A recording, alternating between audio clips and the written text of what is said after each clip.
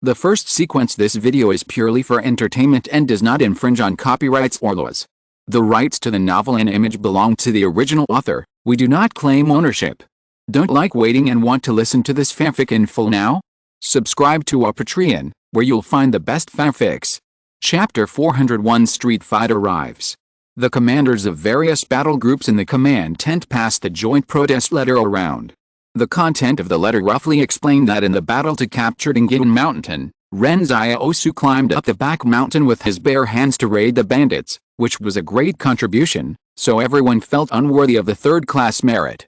Moreover, Commander Zhang's decision not to give Ren Xiaosu the third-class merit was really unfair. While reading the letter of protest, Zhou Yinglong secretly looked at Zhang Jinglin's face, but he found that Zhang Jinglin did not seem to be unhappy. He whispered tentatively, "I didn't expect that these bastards would come to accuse the commander of being unfair. I will punish them when I go back." Zhang Jinglin smiled, "How can I not know what you are thinking? Okay, don't test me, I'm not angry." "That's good," Zhou Yinglong chuckled, "you are still magnanimous, Commander." At this time, the commander of a combat brigade suddenly asked in confusion, "The Sharp Knife Company under Zhou Yinglong is notoriously difficult to deal with. Ren Xiaosu has only been in the Sharp Knife Company for a few days, and he has such cohesion." Zhang Jinglin said, "Okay, let's not discuss this matter anymore, and the awarding ceremony tonight is also cancelled. Zhou Yinglong, go back and tell the Sharp Knife Company that the reason why Ren Xiaosu's name is not included in the third-class merit is because I plan to give him the second-class merit. However, Ren Xiaosu fabricated the battle report, so the second-class merit is also cancelled. Let's start discussing the next combat plan now." Zhou Yinglong, who was sitting at the end, suddenly felt a toothache. The commander was really tricky. In the end, he didn't give anything. As a result, the generals in various combat sequences already knew that Ren Xiaosu had already established a firm foothold in the Sharp Knife Company. Not only was he powerful, but he was also very popular. In the past, the generals would discuss that maybe Zhang Jinglin put Ren Xiaosu in the Sharp Knife Company by coincidence, and he didn't want to choose Ren Xiaosu as his successor. But now looking at Commander Zhang's operation, it is clear that he is paving the way for Ren Xiaosu, right? Of course, the iron must be hard to forge. If Ren Xiaosu himself is a weakling, I'm afraid Zhang Jinglin can't lift him up even if he wants to. But Ren Xiaosu is not a weakling. Zhou Yinglong was a little confused. Why did it seem that Commander Zhang had confidence in Ren Xiaosu? Although Ren Xiaosu didn't seem to get anything this time, all the generals understood Zhang Jinglin's intentions again and got to know Ren Xiaosu more realistically. Perhaps this is Zhang Jinglin's purpose. Zhang Xiaoman and other non-commissioned officers had not yet returned to their camp when someone from the personnel department came outside to inform them that the evening's awarding ceremony was cancelled. Ren Xiaosu was a little puzzled. Why was it cancelled? Only the non-commissioned officers went to hand in the protest letter, and none of the soldiers went. The soldiers of the Sharp Knife Company next to Ren Xiaosu did not speak. It was the people from the cadre department who spoke up. "The sergeants of your company went to the commander to protest against not giving you the third-class merit, thinking it was unfair to you. The commander investigated the matter of you fabricating the battle report and cancelled their third-class merits. Only then did Zhang Xiaoman and others appear in the camp." Ren Xiaosu frowned and looked at Zhang Xiaoman. "Why bother? I've already said I don't need military merits." "It's your business whether you don't need them," Zhang Xiaoman said carelessly, "but our brothers in the Sharp Knife Company can't stand such unfair things. In our Sharp Knife Company, we all prosper together and suffer together." Ren Xiaosu did not speak for a long time, but his comrade from the cadre department next to him curled his lips and said, "Originally, Ren Xiaosu was awarded the second-class merit, but now it's been cancelled." "Cancelled?" Zhang Xiaoman's smile gradually disappeared. "What the hell did you say?" The comrade from the cadre department glanced at Zhang Xiaoman. "We have prepared the documents for Ren Xiaosu's second-class merit a long time ago, and now it's been cancelled." Zhang Xiaoman looked at Ren Xiaosu, then at the officer from the cadre department, and immediately covered his face, not knowing what to say.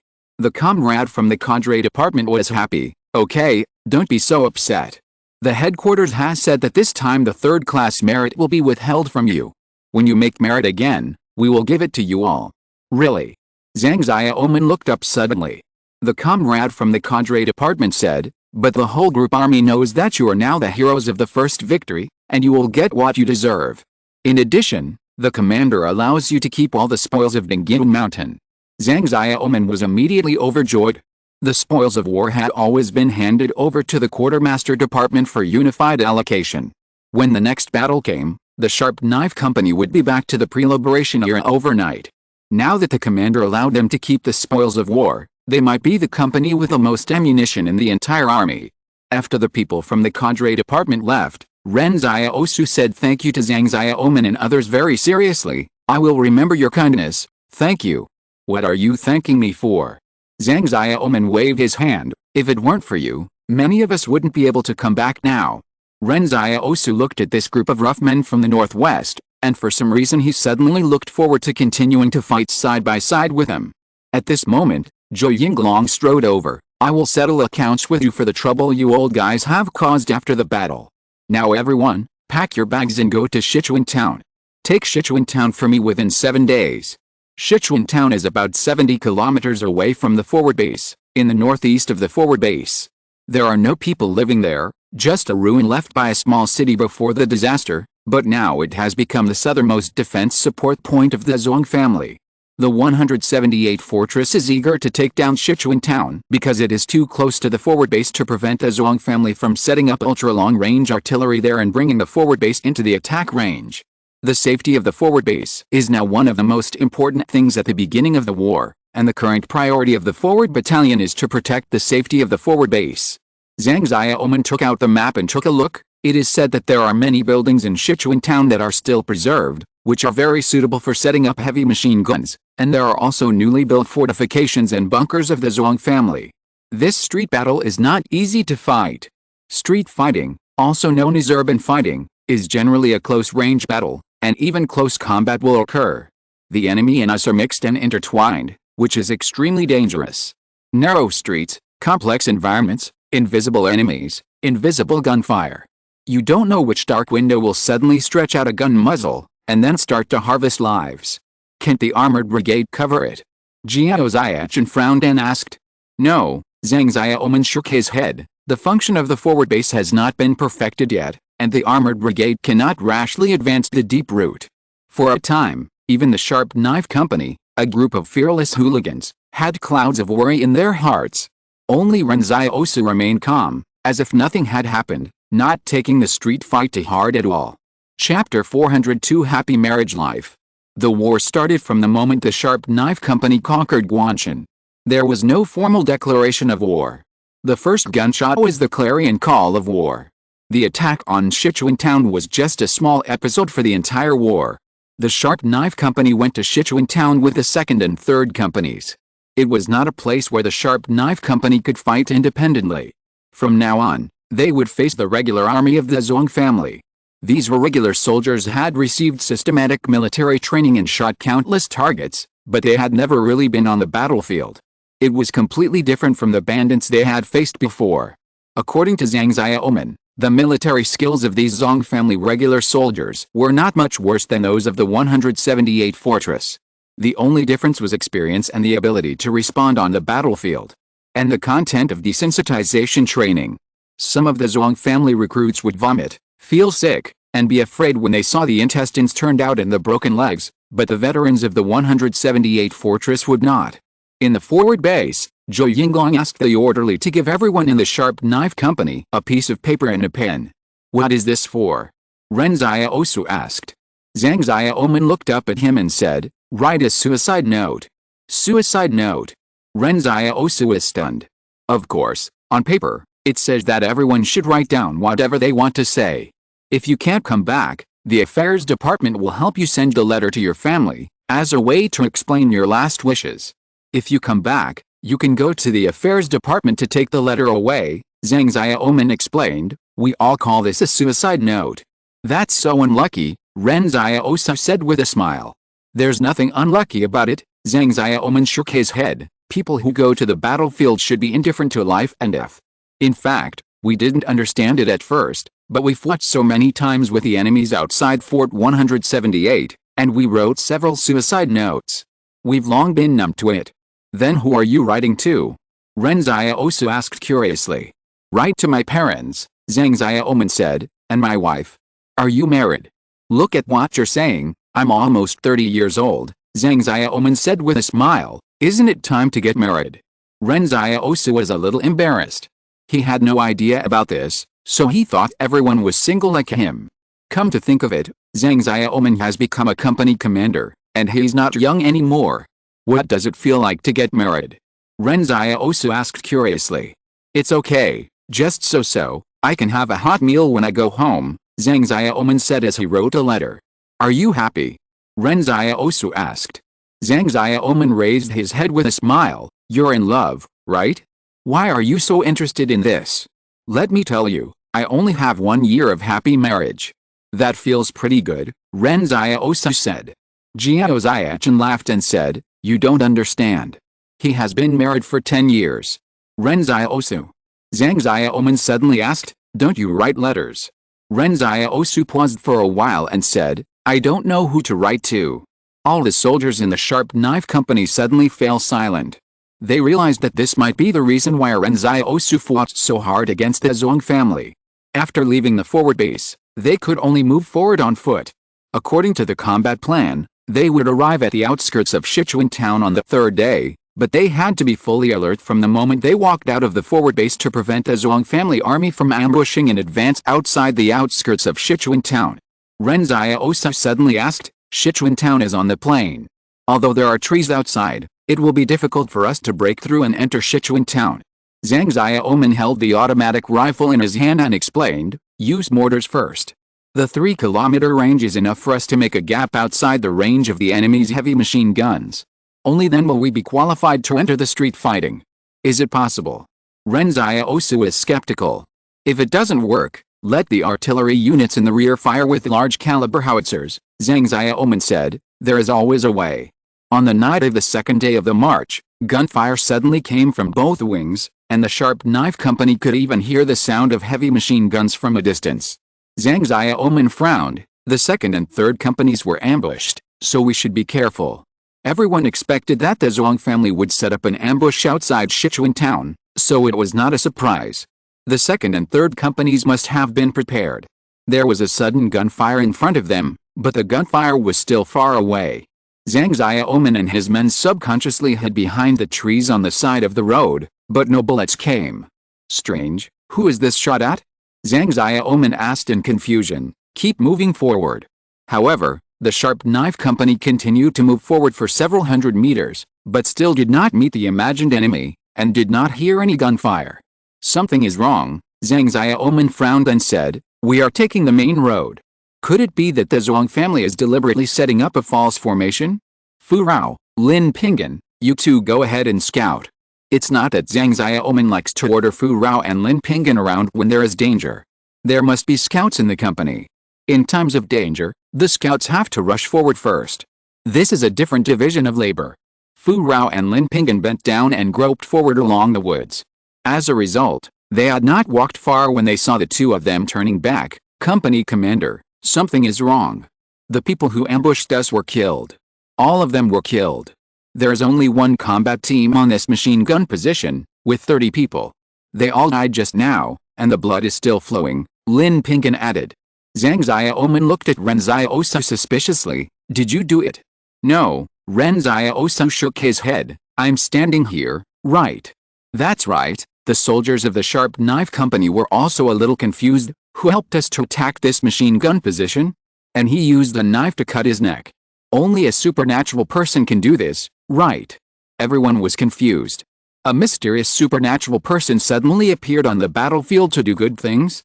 The soldiers of the Sharp Knife Company were not fools. It was obvious that Ren Xiaosu did it, but they had no evidence. To be honest, everyone didn't even know what Ren Xiaosu's ability was. Zhang Xiaoman tested Ren Xiaosu again. It really wasn't you. It really wasn't me, Ren Xiaosu said innocently. Zhang Xiaoman came to the machine gun position. He found a corpse and touched the opponent's knuckles. There are no thick calluses. They are not trained soldiers. They should be a temporary team of refugees, or a private army. They are all cannon fodder, Jiao Xiachen said. It seems that the Zhuang family wants to use cannon fodder to consume us first. As expected, Zhang Xiaoman said, there will be no few enemy troops in Sichuan town. Conservative estimates are that there are thousands of people. But the good news is that most of the enemies we encounter now should be very weak, and they can't even control the shooting range. Sichuan town was not a very important place. The reason why the Zhuang family stationed troops here was purely to strategically disgust the forward base. Chapter 403. As long as the person is still there. In fact, Zhang Xiaoman and his team were right in their suspicion. This machine gun position was taken down by Ren Xiaosu's shadow.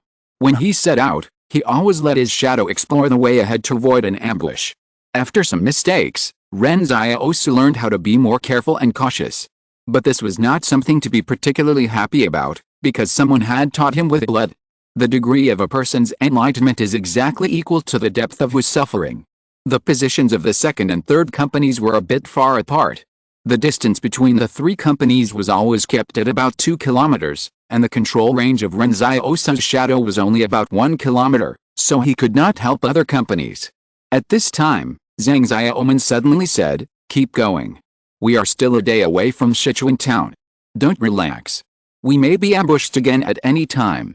The Zhuang family put the refugees and private troops at the forefront.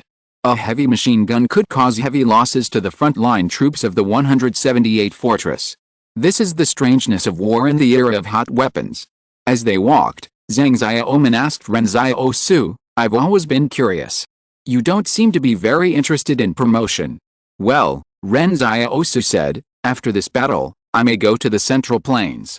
"Wait," Zhang Xiaoman suddenly felt something was wrong. "You said you were going to leave the 178 fortress and go to the Central Plains after the battle." "Yes," Ren Xiaosu said, "looking for family. When you wrote your suicide note the day before yesterday, you had someone to write to, but now I don't even have anyone to write to." "Was it done by the Zhuang family?" Zhang Xiaoman said. "Yes," Ren Xiaosu said calmly. At this moment, Zhang Xiaoman suddenly realized that it was no wonder that Ren Xiaosu was so cruel to the Zhuang family and took the initiative to take the main attack mission. It turned out that he had hatred. Although Ren Xiaosu did not show any pain at ordinary times, everyone clearly felt the loneliness in Ren Xiaosu. For example, when everyone was sitting around the campfire, Ren Xiaosu would sit alone by the side and look at the stars. For example, everyone would laugh and chat after dinner, but Ren Xiaosu was still alone leaning against a tree and looking into the distance, wondering what he was thinking. The day Ren Xiaosu came down from Guanshan, he looked like a bloody man. Zhang Xiaoman clearly sensed the anger that was disappearing from him. "Did you kill the bandits in Guanshan?" Zhang Xiaoman was talking about the disappeared main force of Guanshan. "No," Ren Xiaosu shook his head, "my brother killed them." Zhang Xiaoman choked. Ren Xiaosu was already so fierce, and he actually had a brother who could wipe out the bandits in Guanshan? What kind of family is this? Of course, Ren Xiaosu didn't explain too much. But if you leave, wouldn't the commander have arranged you to the Sharp Knife Company in vain? Zhang Xiaoman asked in confusion. What is the commander's intention in arranging me to the Sharp Knife Company? I asked to come to the most dangerous place myself, Ren Xiaosu asked in confusion. It's okay, Zhang Xiaoman said. He thought everyone might have thought it wrong. How could a person who was about to leave the 178 fortress after the war be the commander of the fortress? Or did Commander Zhang have other ideas? Along the way, they passed 3 ambush positions, but without exception, all these machine gun positions were taken down. Ren Xiaosu suddenly asked, Zhang Jinglan can't be attacked either, why do you all listen to him? This has always been a question in Ren Xiaosu's mind. The rough men in the northwest admire the strong the most, and although Zhang Jinglan has done heroic deeds to save people, he is not qualified to lead this group of killers, right? Zhang Xiaoman shook his head. I don't understand either, but someone said that the commander should not have the sword spirit. Killing is what we should do. What the commander has to do is tell us who to kill and how to kill. When Zhang Xiaoman used the communication radio to report to Zhou Yinglong that they had arrived at the target rendezvous point, Zhou Yinglong was shocked. The second and third companies were still blocked on the road. How did you get here? Did you encounter any ambushes on the road? The ambushes we encountered were all cleared by the mysterious extraordinary, Zhang Xiaoman said truthfully. We don't know who did it. Isn't it Ren Xiaosu? Zhou Yinglong asked. We also suspect that he did it, but he has been with us all the time. Zhang Xiaoman said, "Battalion Commander, do we need to support the 2nd and 3rd companies?" "No, the companies have their own routes, and the plan cannot be messed up," Zhou Yinglong said. "The pressure on their side is not very great, it just takes some time, and the ambushing enemy is not a veteran." "Then what should we do now?" Zhang Xiaoman asked. "First, you should familiarize yourself with the terrain and prepare to capture Sichuan town. Wait for the 2nd and 3rd companies to join you, and the other combat sequences of the forward battalion will arrive the day after tomorrow," Zhou Yinglong said and hung up the communication. Zhang Xiaoman commanded, "Groups 1, 2 and 3 should rest first, and Groups 4, 5 and 6 will work with me to build simple defensive fortifications to prevent the enemy from Sichuan town from launching a sneak attack." It must be said that no matter how Zhang Xiaoman usually eats and drinks and asks for weapons in the forward base, he is a qualified company commander on the battlefield, and he will not be vague about what to do in wartime. Ren Xiaosu looked through the dense forest at Sichuan town in the distance. He saw that the abandoned town's high-rise buildings had long collapsed, and what remained were only dilapidated 2-story buildings.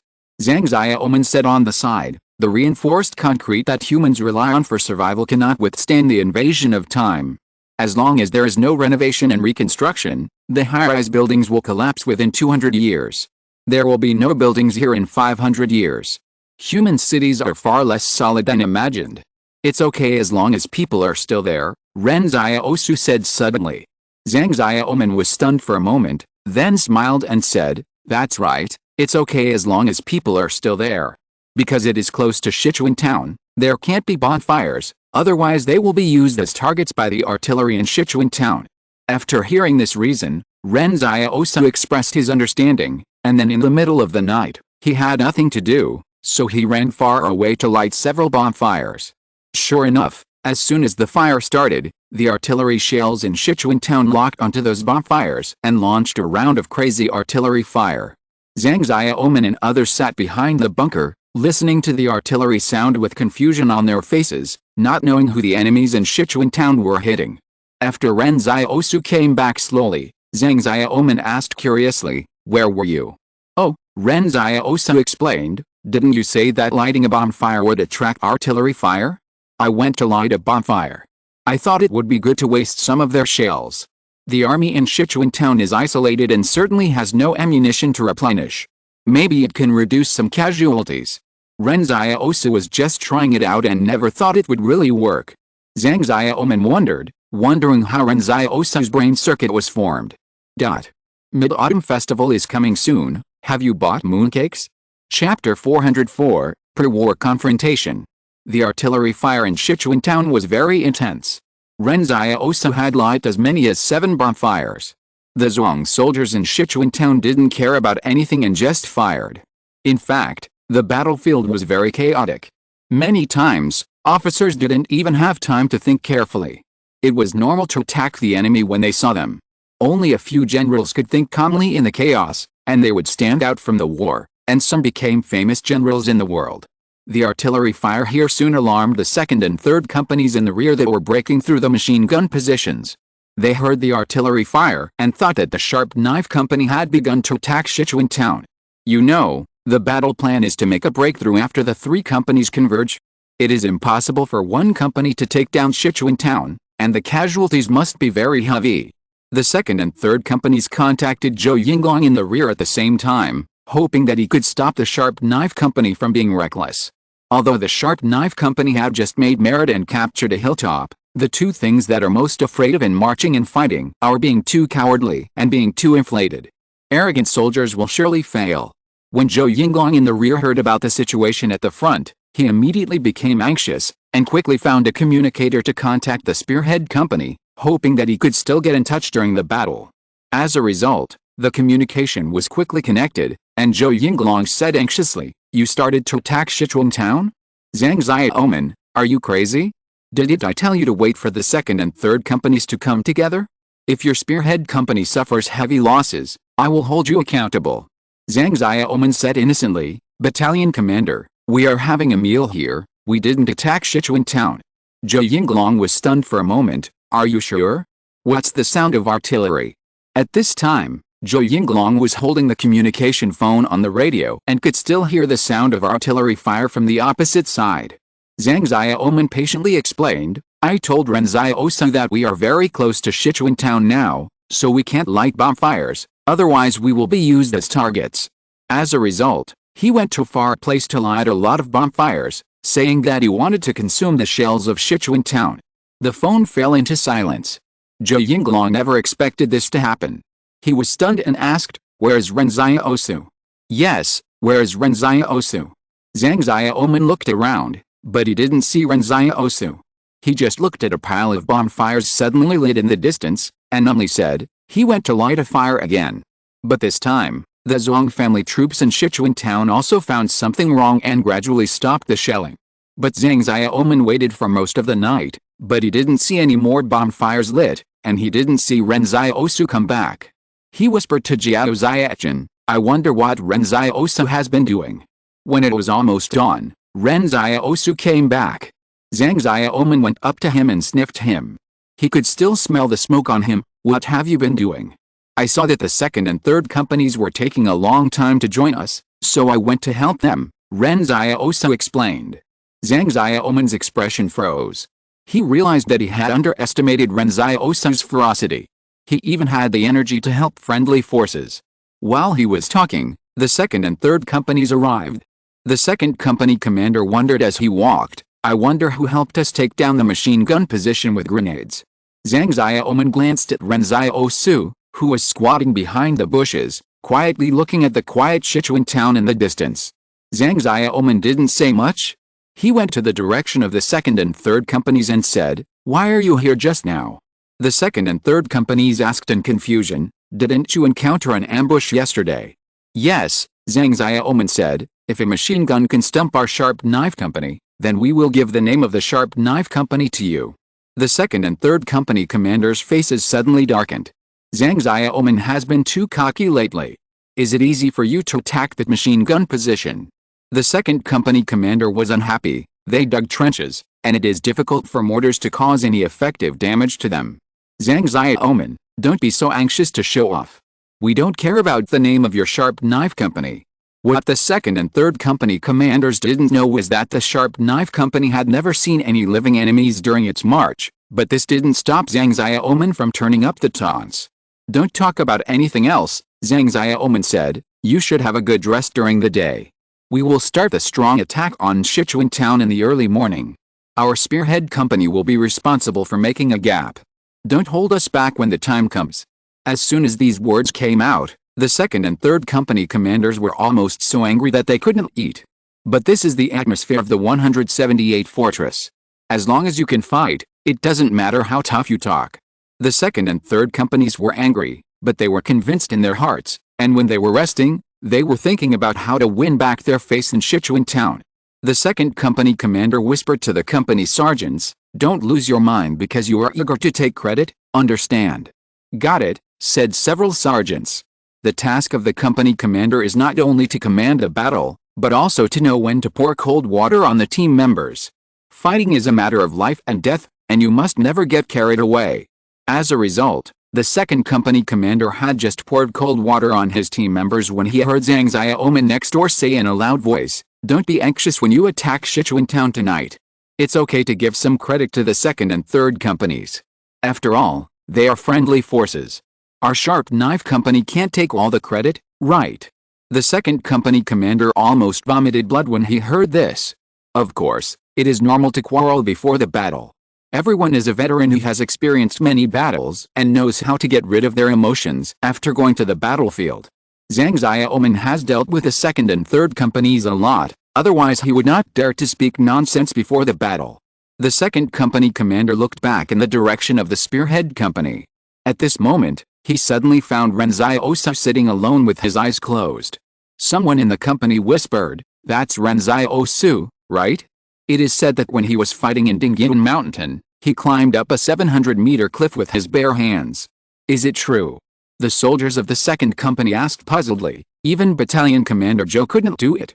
Jiao Xiachen heard the second company talking about Ren Xiaosu, and said casually, in the early morning, Ren Xiaosu came back and said he helped you.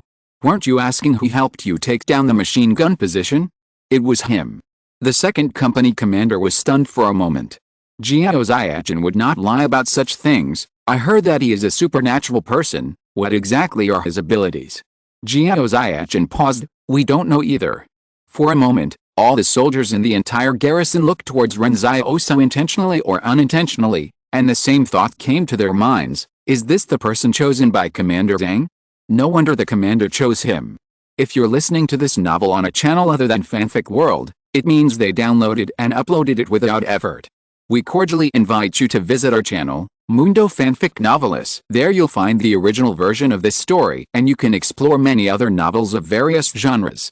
We're waiting for you to immerse yourself in a world of incredible novels. Chapter 405, Exposing Ability.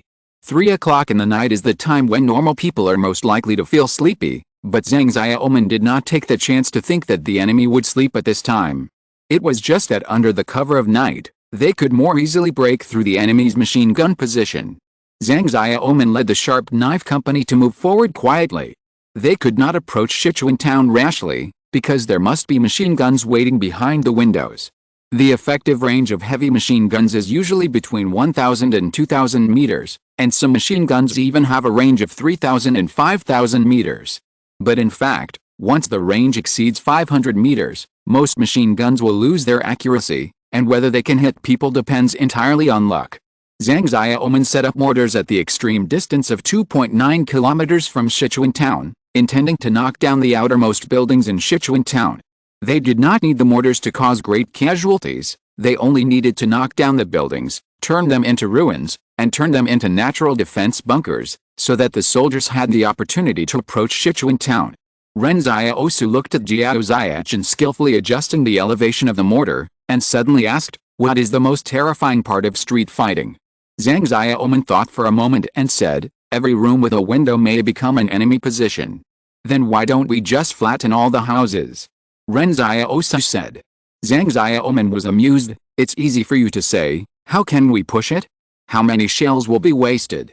Ren Xiaosu stopped talking. He was hesitating whether to use the steam train to run over it directly. It would hurt for sure, but he felt that this method would be very useful. After all, those old buildings could not withstand the impact of the steam train. What was completely impossible for Zhang Xiaoman and others was just one of the options for Ren Xiaosu. However, Ren Xiaosu thought about it and realized that he did not have only this way of attack. It would be better to be conservative first. After all, if the steam train hit the building, it might make him vomit blood again. At this time, Jiao Ziachin said beside him, Captain, we are ready here. Zhang Xiaoman glanced at the second company and whispered, except Jiao Ziachin and his men who are here to cover with mortars, everyone else follow me forward. Jiao Ziachin, remember, don't let the enemies in Sichuan town reorganize effective defense on the periphery, hit them hard. What Zhang Xiaoman is most worried about now is that it will take some time for them to advance 3 kilometers, and by then the enemy can completely reorganize the force to block them from entering Sichuan town. So the accuracy of Jiao Ziachin's mortar has become the key. Jiao Ziachin was a little embarrassed. Captain, this distance is too far, and if I fire, the artillery on the opposite side will definitely hit me, and I have to change my place. Then I don't care, Zhang Xiaoman said, our lives are in your hands. As he said that, Zhang Xiaoman led his men forward, Ren Xiaosu followed closely beside him, and Jiao Ziachin's head began to hurt behind him. The sound of mortars firing came from behind. The Sharp Knife Company now had 6 mortars, firing shells at Sichuan town at the same time. After firing, Jiao Ziachin shouted anxiously, run, run, change the location and fire again. The soldiers of the entire Sharp Knife Company were all running with mortar barrels, fearing that the artillery of Sichuan town would use them as targets. Ren Xiaosu asked in confusion, don't we have to readjust the angle and range when we change the location? Will this delay things? No, Zhang Xiaoman said, Jiao Ziachin is best at this, no one in the whole army can compare to him. Ordinary mortars would never be mobile in this way, because it would take a long time to adjust the angle every time they change the location, but Jiao Ziachin's unique skill gave their Sharp Knife Company the capital to operate rovingly. Many combat sequences came to recruit Jiao Ziachin before, but they were all blocked by Zhou Yinglong. As they were talking, The second round of mortar shells had already flown to Sichuan town again.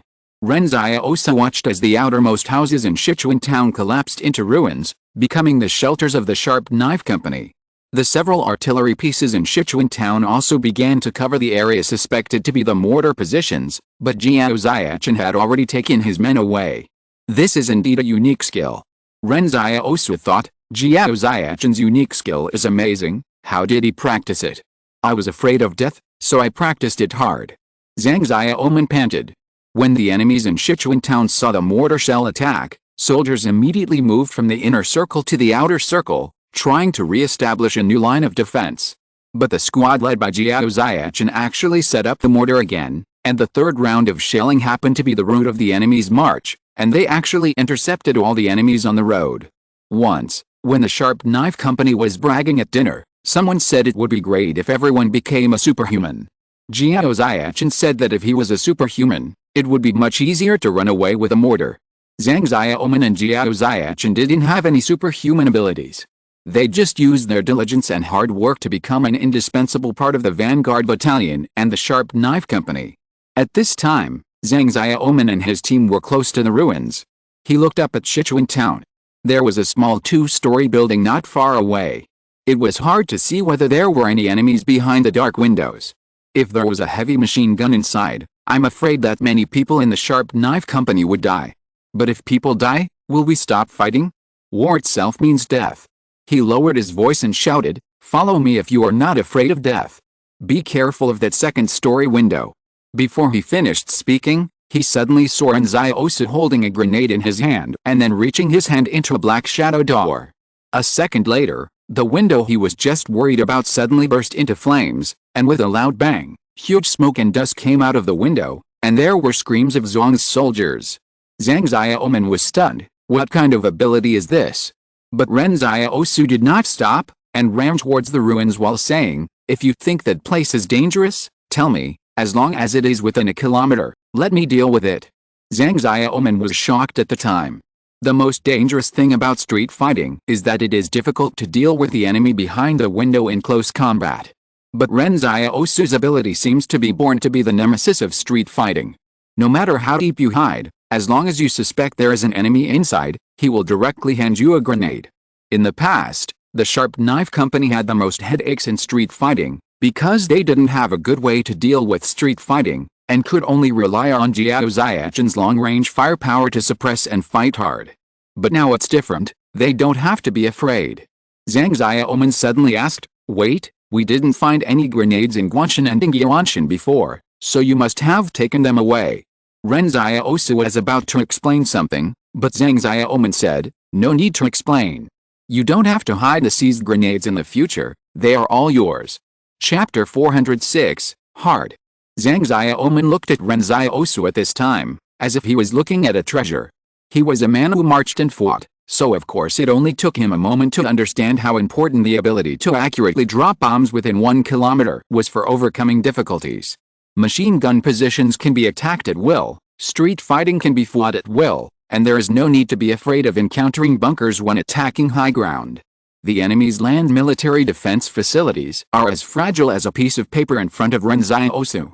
Zhang Xiaoman excitedly said to Ren Xiaosu, "Whoever snatches a grenade from you in the future is snatching my life."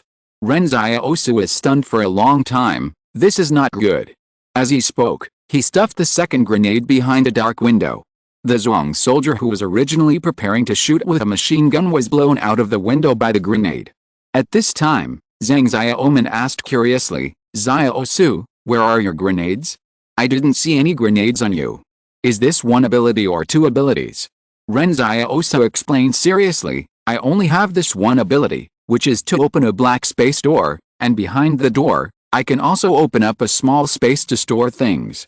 To be honest, Ren Xiaosu himself felt that this explanation was very unreasonable. After all, the shadow door did not have the function of opening space.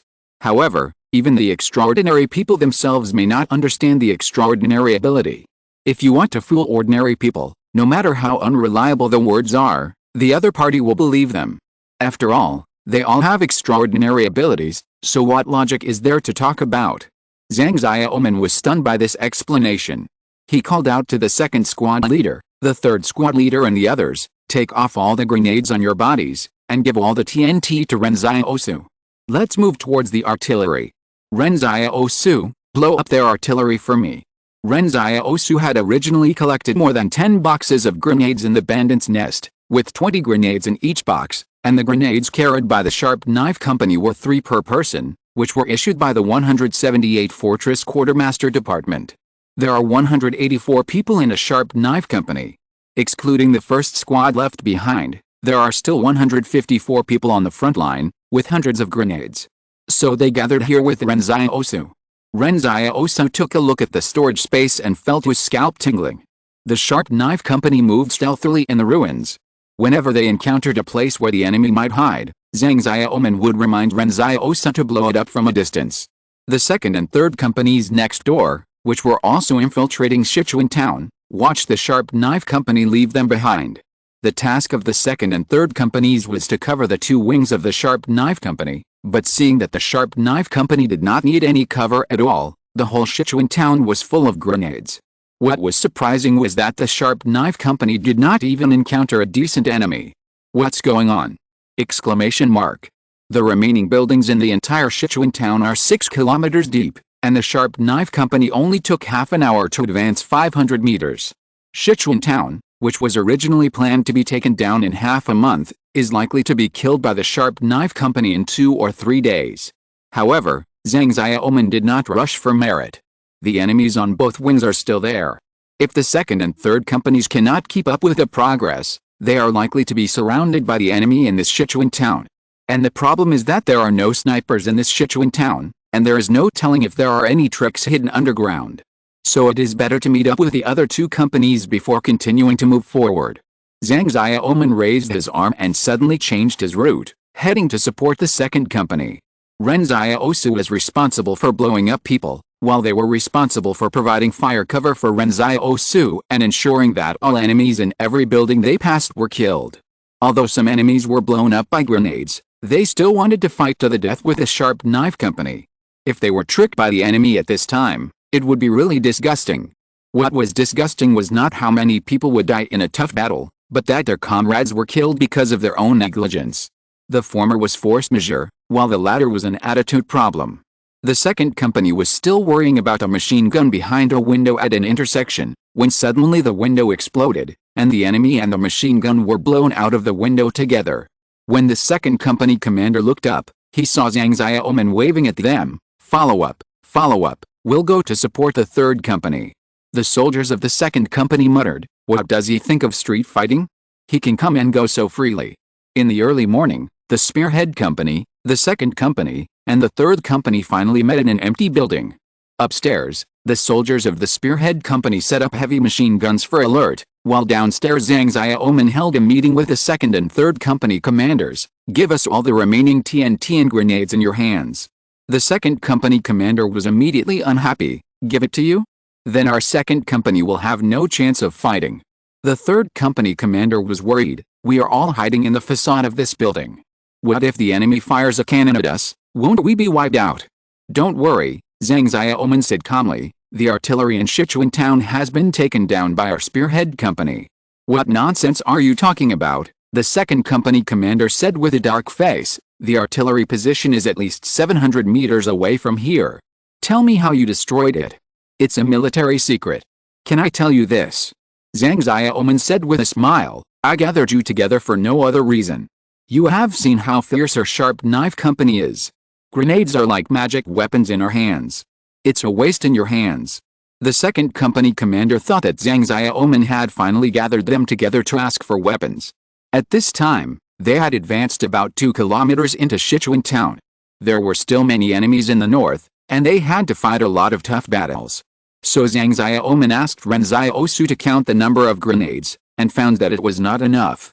The third company commander rolled his eyes and suddenly said, Zhang Xiaoman, tell me honestly what you want this grenade for? I saw that the enemy's machine gun was shot down before your people arrived. What happened? Zhang Xiaoman turned around and looked at Ren Xiaosu, only to see Ren Xiaosu nodded. Zhang Xiaoman then said, Ren Xiaosu's ability is that he can throw grenades to any place within 1 kilometer, and the error will not exceed 1 meter. You understand, Give us the grenades and let our sharp knife company open the way, and then we will share the credit. The second company commander was still unwilling. If I give you all the grenades, how can we? Zhang Xiaoman suddenly interrupted. Su Haichen, think it over clearly. This is a war, and the machine gun bullets on the battlefield have no eyes. Is your second company's mission more important, or the lives of your soldiers? Besides, give us the grenades and let our sharp knife company open the way, and the mission of capturing Sichuan town can be completed. The second company commander Su Haichen hesitated for a long time and finally sighed. Okay, we'll give it all to you. We won't share the credit with you. Whatever the facts are, that's what it is. We in the second company will not eat such leftovers. Zhang Xiaoman happily raised his thumbs up. Okay, the second company is tough. After that, Zhang Xiaoman turned to look at the third company commander. Is the third company so tough? The third company commander was choked. Zhang Xiaoman, don't be so ungrateful. Thanks to Ren Xiaosu and AI for becoming the new allies of this book. Chapter 407, Destroy the Zhuang clan. Ren Xiaosu stared at the hundreds of grenades in front of him, not knowing what to say for a moment. The second company commander Su Haichen looked at Zhang Xiaoman and said, remember, I gave you all the grenades because I wanted to reduce the casualties of our second and third companies. Don't take the grenades and go deep into the enemy's territory alone.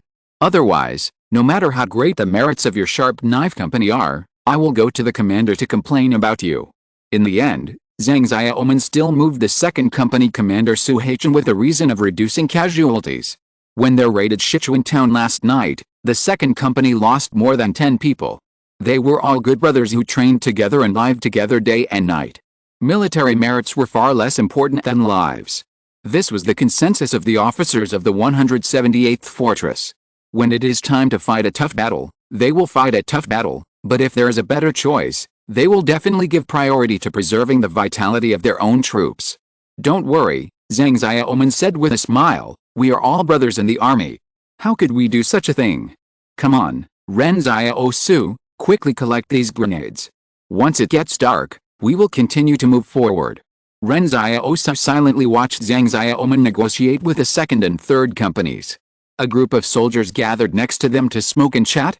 Some of them even took off their shoes. The whole building was filled with a strange smell of foot odor and cigarettes.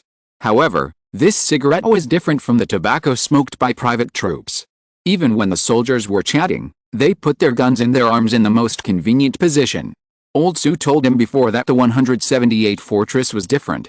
At that time, Ren Xiaosu thought, aren't they all fortresses? How big of a difference can there be between fortresses? But now he understands that they are really different. While putting away the grenade, Ren Xiaosu asked Zhang Xiaoman, I think we should be careful when we move forward. The terrain of Sichuan town is complicated, and the Zhuang family has built some new buildings. We can't guarantee that they will have some backup plans. I always feel that it is too easy to attack Sichuan town this time. For Ren Xiaosu, things that are too easy to do always make him feel uneasy. Zhang Xiaoman was a little amused at this time. Is this easy? If it weren't for your ability to drop bombs accurately, do you know how many people would have died in this Sichuan town? You don't know. Battalion Commander Zhou originally planned to use the entire Vanguard battalion on this. Ren Xiaosu was stunned for a moment. Is it so serious? Fighting such a street battle requires the consumption of the entire Vanguard battalion. Yes, Zhang Xiaoman sighed. Only by destroying this Sichuan town and clearing out a long-range artillery that may be hidden here, can the rear troops enter the forward base for rest and carry out the next combat plan. Jiao Ziachan added from the side, now it is a modern war of hot weapons. The role of our Vanguard battalion is to clear obstacles in the early stage, and in the later stage we can only serve as scouts, infiltrate reconnaissance, and fill in some loopholes in map surveying. There is basically no stage for us on the front battlefield. Then how are we sent to be cannon fodder now? Ren Xiaosu frowned. Why does it sound no different from cannon fodder? Zhang Xiaoman immediately denied it after hearing this. He said seriously, we are not cannon fodder. Fortress 178 has never needed such roles to win the war. It's just that the division of labor in the battle sequence is different. Our sacrifice today is to enable the rear troops to achieve a comprehensive victory. This is also the reason why all candidates for the commander of Fortress 178 must come from the Sharp Knife Company. Only those who have fought for their lives are qualified to let others fight for them. Ren Xiaosu remained silent. Jiao Ziachin patted his shoulder happily and said, Commander Zhang came from the Sharp Knife Company. If we are really cannon fodder, then the commander can be cannon fodder, so why can't we be? Ren Xiaosu suddenly understood at this moment that perhaps it was because the successive commanders were willing to lead by example that Fortress 178 had the cohesion it has today. So when he said he was going to the most dangerous place, Zhang Jinglin arranged him to the Sharp Knife Company. What did he mean? Where are we going to fight this war? Ren Xiaosu asked. Of course, we have to completely destroy the Zhuang family. We will fight all the way to the northeast, until we reach Pingluo Mountain, Zhang Xiaoman said. If we don't eliminate the hyenas like the Zhuang family, there will be no peace in the northwest. That night, just after the sun set, the Sharp Knife Company took the lead in launching another attack on the hinterland of Sichuan Town. During the day, the enemies in Sichuan Town seemed to have received orders to take back the lost territory, but street fighting has always been a disadvantage for the attackers. The route chosen by the enemy to break through happened to be where the 2nd and 3rd companies were stationed. The 2 company commanders were already angry, and Zhang Xiaoman made them feel more and more uncomfortable. As a result, now that the enemy has come to the door, they must be beaten hard. When they broke through before, there were heavy machine guns and ammunition in the machine gun positions that were destroyed. Zhang Xiaoman and his men did not take them because they were already carrying enough weight and could not take them anymore. All the weapons and ammunition that fell were in the hands of the 2nd and 3rd companies. When the fight started, the machine gun bullets were poured out like rain, and several walls collapsed. Su Haichan was yelling behind the machine gun position, "Fuck him." The defenders in Sichuan Town rushed several times, but they couldn't break through the defense line of the 2nd and 3rd companies, so they had to retreat. After the surprise attack on the 2nd day, the Sharp Knife Company had already advanced 5 kilometers into Sichuan Town with the follow-up troops. Only a small part of the Zhuang family defenders were still resisting in the northern buildings. The defenders of Sichuan Town were very frustrated by this battle. They thought their firepower was strong enough. They had dozens of firepower points in the entire street fighting battlefield, and there were countless soldiers hiding in the buildings ready to shoot cold guns. But after 2 days of fighting, they suddenly felt that their defense positions were like mud, and they could not effectively block the soldiers of the 178th Fortress. Sometimes they didn't even see anyone, and the firepower points were knocked down by grenades. It was too frustrating. According to the original plan, they were going to consume the entire forward battalion of the 178th Fortress in Sichuan Town, but in the end, only 3 companies of the forward battalion came and broke through Sichuan Town. In fact, if it weren't for the street fighting, the killing effect of grenades on flat ground might not be that good. But now, those dark houses, which were originally the defensive barriers of the defenders, have now become targets for Ren Xiaosu. The next night, when Zhang Xiaoman reported the battle situation to the battalion commander Zhou Yinglong felt a little numb. He had told Zhang Jinglin before that the commander should give him more time so that he could take down Sichuan Town safely. The armored brigade in the rear had to temporarily suspend its advance plan because of this. As a result, as soon as they had gained time, Zhang Xiaoman on the front line told him that they might be able to take down Sichuan Town tomorrow. Chapter 408, Improvisation. War is easy to make people tired. Even sleeping is not peaceful on the battlefield. Only real soldiers can bear this kind of mental exhaustion. When the 3rd night was about to fall, Zhang Xiaoman ordered to check the guns and made his own pre-war mobilization. "Fill up the bullets for me. We will end the battle tonight. I know everyone is very tired." "Not tired, Captain," Jiao Ziachin said with a smile. "Ren Xiaosu has been opening up a safe area on the front battlefield. We are just finishing off the enemy. It's not tiring." Zhang Xiaoman's speech was his usual pre-decisive mobilization. Basically, the most dangerous time is before the end of the battle, so he hopes that his soldiers can cheer up and face it well. He was not good at pre-war mobilization, so this speech was carefully summarized during the break, but it is not applicable now. After 2 days of high-intensity fighting, the soldiers of the Sharp Knife Company were more excited than each other, and there was no sign of fatigue at all. This is different from previous battles. It has never been so easy before. Zhang Xiaoman sighed, "Forget it, just fight and it's over. Everyone, pay attention. Captain Zhou and his men suspected that there were large-scale lethal weapons hidden in Sichuan town. So if the enemy is cornered on the last day, they may use this weapon. Ren Xiaosu asked curiously, did Captain Zhou and his men say what might be hidden in Sichuan town? Probably something like artillery, Zhang Xiaoman said. Our 178 fortress is still a little lacking in intelligence work. We haven't found out how many and what kind of garrison forces there are here. In terms of intelligence work, Ren Xiaosu really admires the Qing family. The preparations that Qing Zhen made for the war were almost all-round and far-sighted. As for the 178 fortress, Zhang Jinglan had been away for more than 10 years, and the entire fortress had been in a state of almost no leader. Although there was an acting commander, even this acting commander was forced to take on the task, so this Northwest man who came from the military only focused on armaments, military training, and military replacement, and did not develop the economy and intelligence work much. He was really not good at these. During the day, the garrison of Sichuan town launched a round of crazy attacks, but after that attack was repelled, there was no movement. At that time, Zhang Xiaoman thought that the Zhuang family had made them obedient, but the shadow left by Ren Xiaosu outside kept sticking to the shadow and quietly infiltrating backwards. He unexpectedly discovered that during this attack, the garrison of Sichuan town in the rear was slowly retreating. Ren Xiaosu thought carefully that this attack was probably to cover the retreat of the army behind. Only in this way would a retreat not be noticed by Zhang Xiaoman and others. But why did the garrison of Sichuan town retreat? Ren Xiaosu had no time to think. Company commander, let's retreat. Retreat? We just won a victory, and you want us to retreat? Zhang Xiaoman asked in surprise. It's dangerous, Ren Xiaosu said seriously. Zhang Xiaoman frowned. We are on the front line to face danger, how can we retreat? And if we retreat too much, many streets and alleys will be in vain. The defenders behind Sichuan town are evacuating, there must be a reason. Ren Xiaosu said. How do you know they are withdrawing? Haven't you been here all the time? Zhang Xiaoman waved his hand. We have already fought here, we can't retreat. We were able to take it down before, and we can take it down in the future, Ren Xiaosu said anxiously. Let's retreat. What if the Zhuang family directly covers Sichuan town with artillery fire?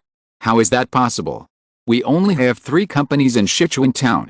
If they directly cover it with artillery fire, it will be no different from using a cannon to hide a mosquito. Zhang Xiaoman was about to say something, but found that he was carried up by Ren Xiaosu. Zhang Xiaoman was shocked. Put it down. But Ren Xiaosu completely ignored what he said, and actually carried Zhang Xiaoman and ran madly to the outskirts of Sichuan town. His action stunned the rest of the sharp knife company. Zhang Xiaoman yelled at Ren Xiaosu, put me down, Ren Xiaosu, you are disobeying military orders, be careful or I will shoot you. Ren Xiaosu said as he ran, if only 3 companies were here, the Zhuang family would certainly not make such a big fuss, but if the Zhuang family found out that I was here, it would be different. Zhang Xiaoman paused for a moment, as he did not understand what Ren Xiaosu meant. The sharp knife company, the 2nd company, and the 3rd company were still stunned. Zhang Xiaoman suddenly sighed at Ren Xiaosu's shoulder, retreat, retreat, retreat. Ren Xiaosu, if you don't give me a reasonable explanation, I will really send you to a military court. All the soldiers and non-commissioned officers looked at each other. What else could they do? They just followed a retreat. This retreat actually led them directly to the outside of Sichuan town. Ren Xiaosu ran out of Sichuan town and ran another 2 kilometers before he stopped. Zhang Xiaoman was almost vomiting from being thrown on Ren Xiaosu's shoulders. Apart from anything else, Ren Xiaosu's physical strength was really good. He carried a person weighing more than 100 kilograms and ran cross-country for several kilometers without any problem. As a result, just as Ren Xiaosu put Zhang Xiaoman on the ground, all the soldiers of the Sharp Knife Company saw a huge fire suddenly erupting in the direction of Sichuan town, and there were explosions that could be heard from afar. Even though they were several kilometers away, everyone could feel the ground shaking. It was not covered by artillery, and in fact, there was no need for artillery coverage at all. Instead, the explosives left by the garrison of Sichuan town engulfed the entire abandoned town in a sea of fire. Zhang Xiaoman stared at this scene in a daze. It's really fucking evil. If he hadn't left, I'm afraid all 3 companies would have been finished. He didn't pursue the fact that Ren Xiaosu carried him away. At this time, All the soldiers of the Sharp Knife Company, the second company, and the third company were looking at the sea of fire with lingering fear. Because of the explosion just now, everyone had symptoms of temporary tinnitus. How do you know they withdrew? Zhang Xiaoman looked at Ren Xiaosu curiously. I don't want to talk about this now, Ren Xiaosu answered very bluntly. Okay, Zhang Xiaoman did not delve into it, but thought for a while and said, but you still have to obey orders in the future. Have you forgotten what I said? Ren Xiaosu said, Company Commander, you said that we should be able to adapt to circumstances. Zhang Xiaoman looked at Jiao Xiachen. Did I say that? Jiao Xiachen said honestly, yes. Zhang Xiaoman himself was happy. This was the joy of surviving a disaster. He said to Ren Xiaosu solemnly, thank you. Thanks from Zhang Xiaoman, +1. This was indeed a life-saving grace. If it weren't for Ren Xiaosu's quick reaction, I'm afraid all three companies would have been gone. No matter what, Ren Xiaosu's arrival was like an insurance policy for everyone's life. And Ren Xiaosu looked at this thank you record and looked at other people. There are only 2 chapters today, and I'll take a day off. Chapter 409, Thanks for the Harvest of Coins. It was not easy to save people, and he saved so many people at once. How could Ren Xiaosu miss this opportunity to get the thank you coins? Exclamation mark. The Sharp Knife Company had 184 people, and no one died in 2 battles. The second and third companies were not reinforced companies, and each company had only 120 people. After a few casualties, Ren Xiaosu saved 397 people this time. Everyone looked at Ren Xiaosu, not quite understanding what he meant.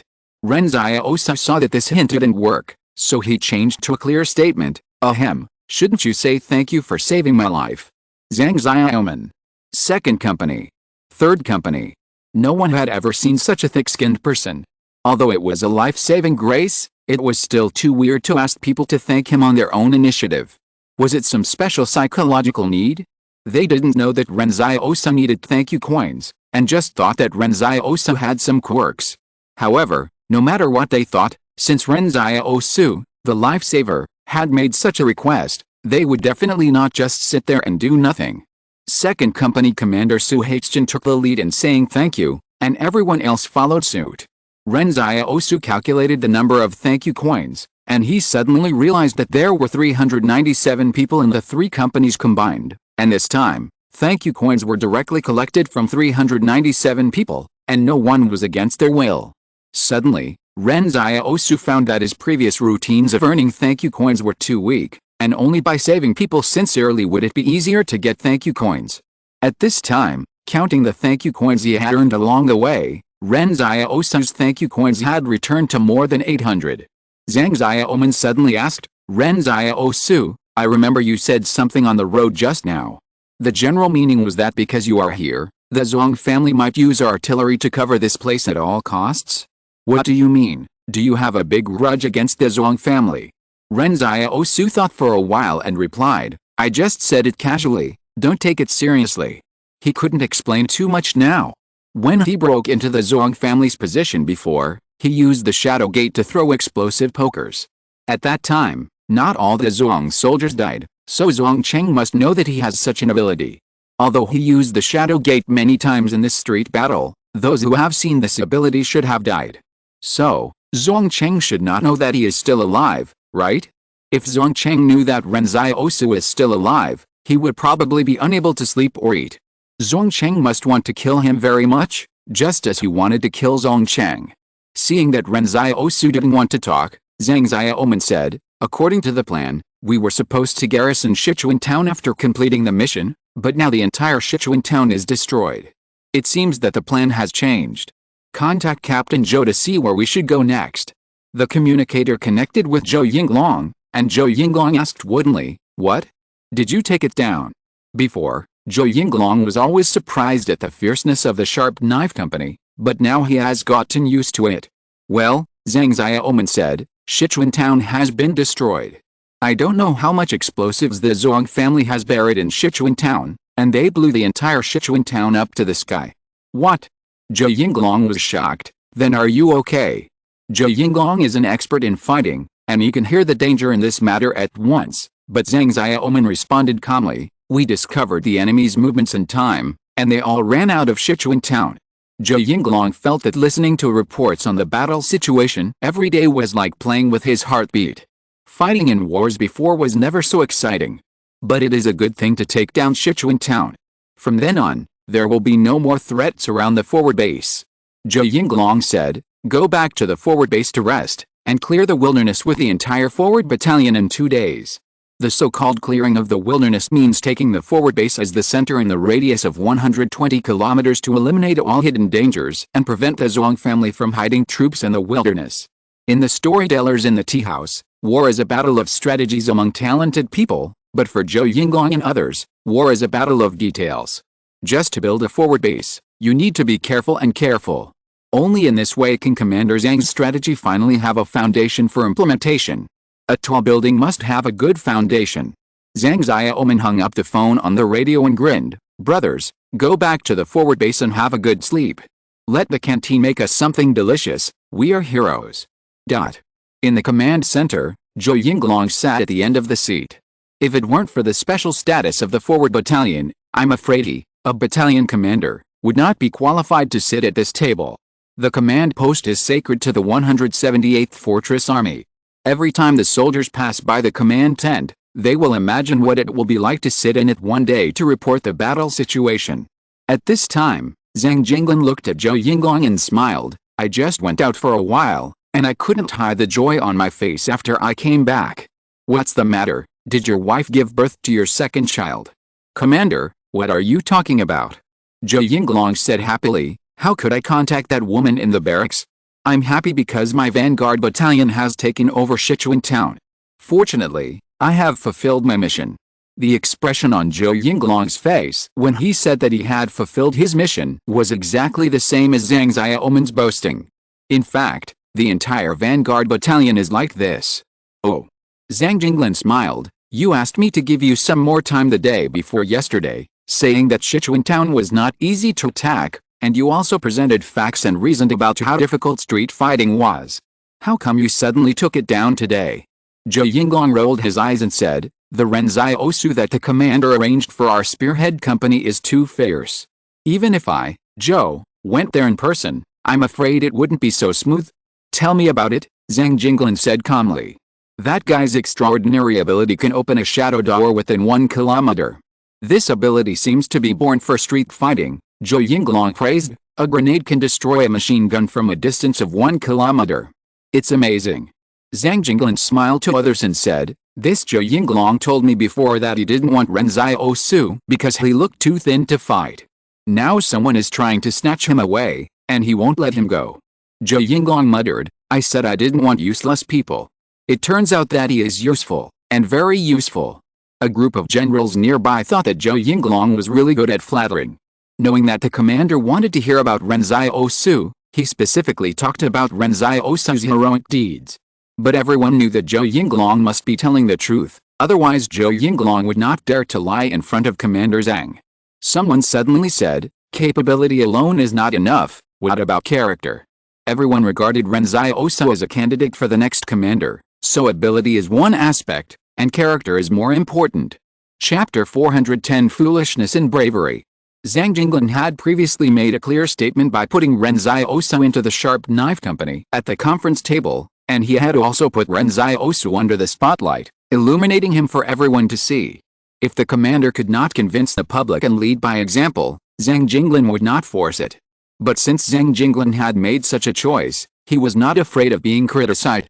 If Zhang Jinglin did not appreciate Ren Xiaosu at the beginning, he would not have let Ren Xiaosu be a substitute teacher, but at that time, Zhang Jinglin did not expect Ren Xiaosu to reach this point today. At that time, Zhang Jinglin thought that letting Ren Xiaosu be a teacher in the school would not delay the students. If Ren Xiaosu was just an ordinary person, he would not have thought of pulling Ren Xiaosu into this vortex of power.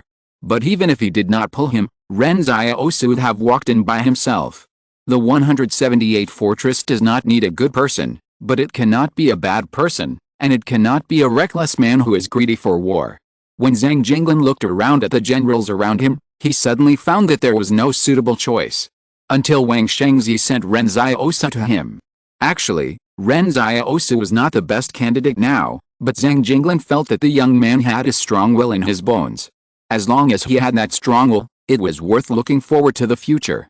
However, these generals felt that Ren Xiaosu was lucky to be chosen by Zhang Jinglin, but Zhang Jinglin was thinking that Ren Xiaosu might not be willing to stay in Fort 178. When it comes to Ren Xiaosu's character at this time, Zhou Yinglong has no way to answer, probably okay. To be honest, he only listened to the battle situation, so he didn't have time to care about his character. For him, Zhou Yinglong, winning the battle is enough. Zhang Jinglin tapped the table with his fingers. Hu Xingzi, Chai Zilin, your 2 armored brigades and infantry brigades need to arrive at the forward base as soon as possible. I give you 3 days. Fu Hong, your engineering battalion needs to rush to the Heshi River within half a month and build a pontoon bridge to cross the river. Orders came out of Zhang Jinglin's mouth one by one, and everyone realized that now is not the time to worry about Ren Xiaosu, and they have to fight a tough battle. When the Sharp Knife Company returned to the forward base, Zhang Xiaoman ran to the temporary canteen and shouted, "Lin Yuz, where is Lin Yuz?" Lin Yuz, who was in charge of the temporary canteen, came out with a smile on his face. "Hey, isn't this the Combat Hero Company Commander Zhang? Prepare some good dishes. The brothers are still hungry after returning from the front line. Let's go take a shower first.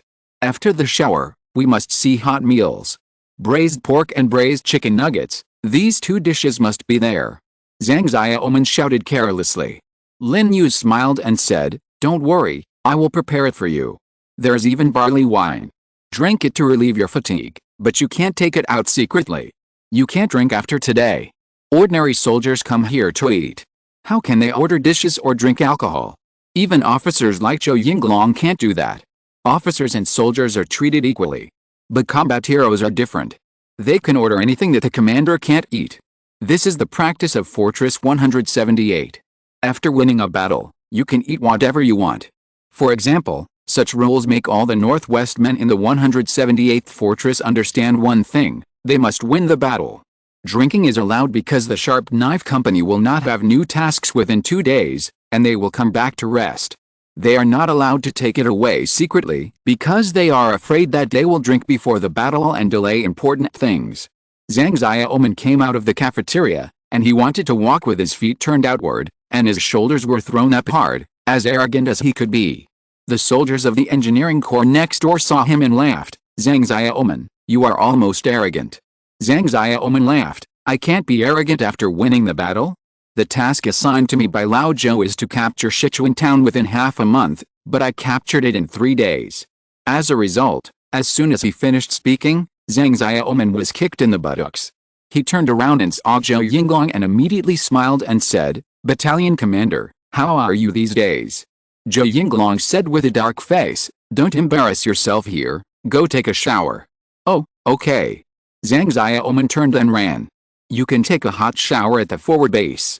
The facilities here are more complete than you would have imagined.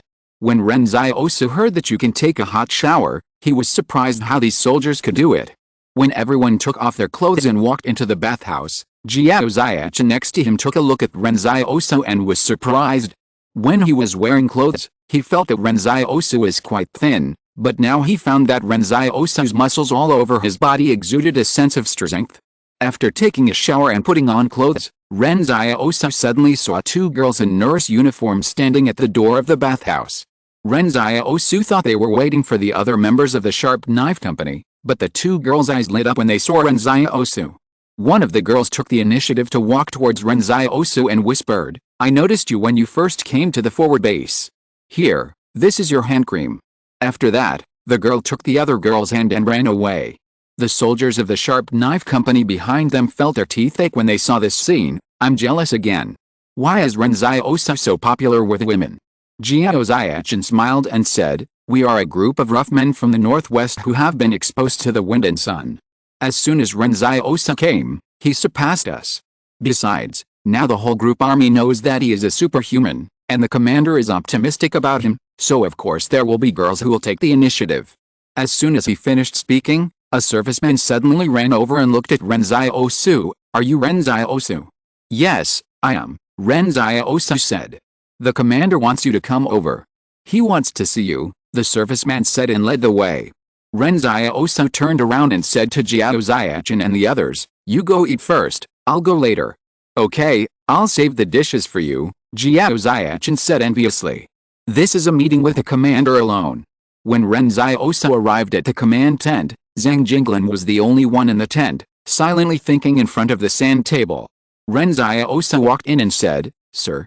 Zhang Jinglin was dazed for a moment after hearing these two words and smiled. "It's been a long time since anyone called me like this."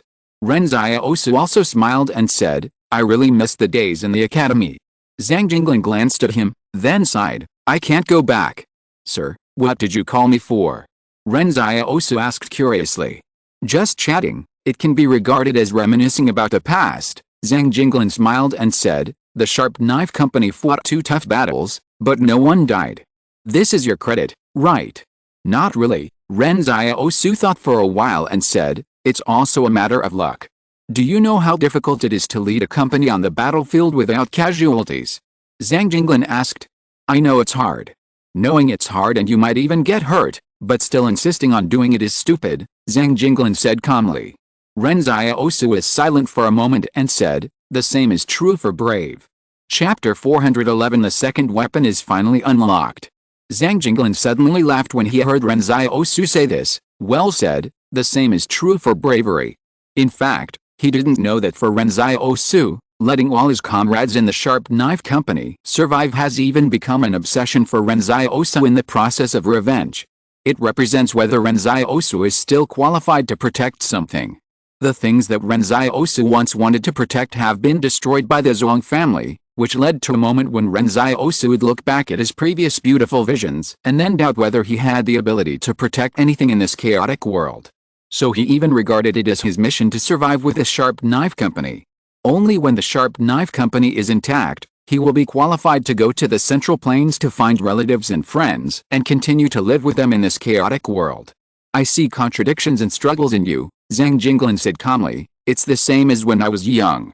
At that time, everyone told me to pick up a gun, saying that the battlefield only needed men who could shoot, and there was no need for any medical soldiers. Sometimes I would doubt whether my persistence was correct, and whether I should also pick up a gun and charge into battle with them." Zhang Jinglin continued to talk to himself. "I was thinking at the time, otherwise I would just go along with this chaotic world, only that way can I live better." "What's the result?" Ren Xiaosu asked. "Persistence is persistence, it doesn't matter whether it's right or not," Zhang Jinglin said. "Don't deny yourself, life should be like a candle, burning from beginning to end, always bright." Ren Xiaosu silently chanted this sentence, "Life should be like a candle, burning from beginning to end, always bright." He suddenly realized that Zhang Jinglin called him over, probably because he saw the contradictions and struggles in his heart, so he wanted to tell him this sentence. Zhang Jinglin smiled and said, "After destroying the Zhuang family, where are you going to go?" "To the Central Plains," Ren Xiaosu said with certainty. "Go and find Sister Xiaolu, Yanlin and the others." "Well," Zhang Jinglin asked again, "are you going back to Fortress 178? "Not sure," Ren Xiaosu couldn't answer this question. "You should have known why I arranged for you to go to the Sharp Knife Company. I won't stop you from going to the Central Plains, but if you want to protect something, Fortress 178 must be your best choice." Ren Xiaosu said seriously, "Commander, if you don't let me go to eat, there will be no food." At this time, Ren Xiaosu suddenly remembered that he had just come out of the shower and hadn't eaten yet. When Ren Xiaosu arrived at the cafeteria, Zhang Xiaoman was almost drunk. Ren Xiaosu sat aside and ate the dishes that everyone had reserved for him, but there were a lot of dishes left, as if they were afraid that Ren Xiaosu would not be full. Zhang Xiaoman tried to persuade Ren Xiaosu to drink, but Ren Xiaosu refused to drink. Seeing that he could not persuade Ren Xiaosu, Zhang Xiaoman immediately turned around and looked for someone else. As they drank, Zhang Xiaoman suddenly hugged Jiao Ziachin beside him and said, "Wei Yunlin, I miss you." Jiao Ziachin quickly pushed Zhang Xiaoman aside and scolded him with a smile, "You miss your wife so much?" Someone smiled at Zhang Xiaoman while drinking. "Your wife married you, it's really a flower stuck in cow dung." Zhang Xiaoman sobered up a little and said unhappily, "If she was a flower, the cow wouldn't shit." "Don't be so naive. You don't know what your baby is like, so you just pretend to be tough outside," Jiao Ziachin said with a smile. At this time in the noisy cafeteria, Ren Xiaosu was like an outsider. He was obsessed with leading the sharp knife company to survive, but to this day he still finds it difficult to have a complete sense of belonging to the sharp knife company. The same is true for Fortress 178. Lin Yus, the person in charge of the cafeteria, crossed his arms and watched the sharp knife company laughing and playing. He smiled to the chef next to him. See? These are the combat heroes of our army group. They fought 2 small battles and won both. Boss Lin, is that young man sitting over there eating also from the sharp knife company? He seems a little out of place. Someone muttered. Lin Yus turned his gaze to Ren Xiaosu, only to see Ren Xiaosu eating silently, as if the hustle and bustle around him could never affect him. Is he the Ren Xiaosu? Isn't it said that Ren Xiaosu is a fierce warrior? I heard that half of the credit for taking down Sichuan town goes to him. This young man doesn't look like that. At this moment, Zhang Xiaoman came to Ren Xiaosu drunkenly and held Ren Xiaosu's left hand tightly. Brother, if it weren't for you, we brothers wouldn't be able to come back this time. Thank you again for saving our lives. Then Lin Yus and others stared in amazement as Zhang Xiaoman knelt on the ground and was about to kowtow to Ren Xiaosu. This guy can do anything if he gets drunk. Ren Xiaosu hadn't finished his meal yet, so he quickly grabbed Zhang Xiaoman and said, "Don't drink any more." But just as he grabbed Zhang Xiaoman, his comrades from the sharp knife company came over to toast him, saying, "Thank you, Ren Xiaosu, for saving my life." Everyone in the cafeteria was watching this scene, and Ren Xiaosu never expected that his second weapon would be unlocked under such circumstances. After drinking too much, these Northwest men said thank you without stopping, saying 7 or 8 in a row without any effort, and each one was sincere. Ren Xiaosu was thinking about whether he should collect some wine in the space in the future, and have a drink with his comrades from the sharp knife company whenever he had nothing to do. The palace said, "The number of thank you coins has reached the permission to unlock the weapon branch. Do you want to unlock it?" Ren Xiaosu took a deep breath and said, "Unlock." At this time, a faint light suddenly lit up in the palace. On a display cabinet on the circular wall of the palace, a rectangular grid that was originally shrouded in black fog gradually became brighter, and the black fog inside gradually dissipated. Ren Xiaosu looked at the grid. In the long display grid, there was a huge black sniper rifle. Ren Xiaosu had speculated for a long time before. The second weapon might be a knife? Or a sword? Or a bow? But he didn't expect it to be a sniper rifle. What surprised him even more was that, like the black knife, a sniper rifle appeared on Shadow's back again. Those originally unrelated abilities seemed to combine together to produce a chemical reaction. 2 black snipers, 2 black knives. When the sniper rifle appeared from the black fog, Ren Xiaosu had already understood the purpose of this sniper rifle in his heart. The effective range is 2,800 meters, no bullets need to be loaded, even the bullets are materialized by the mind, and even the incendiary bullets and armor-piercing bullets can be changed according to the mind. You should know that the sniper rifle with the highest effective range in the world now has an effective range of only 2,300. The so-called effective range means that in daily shooting, if you are not shooting at a specific position, you don't need to consider the sinking problem of the trajectory at all.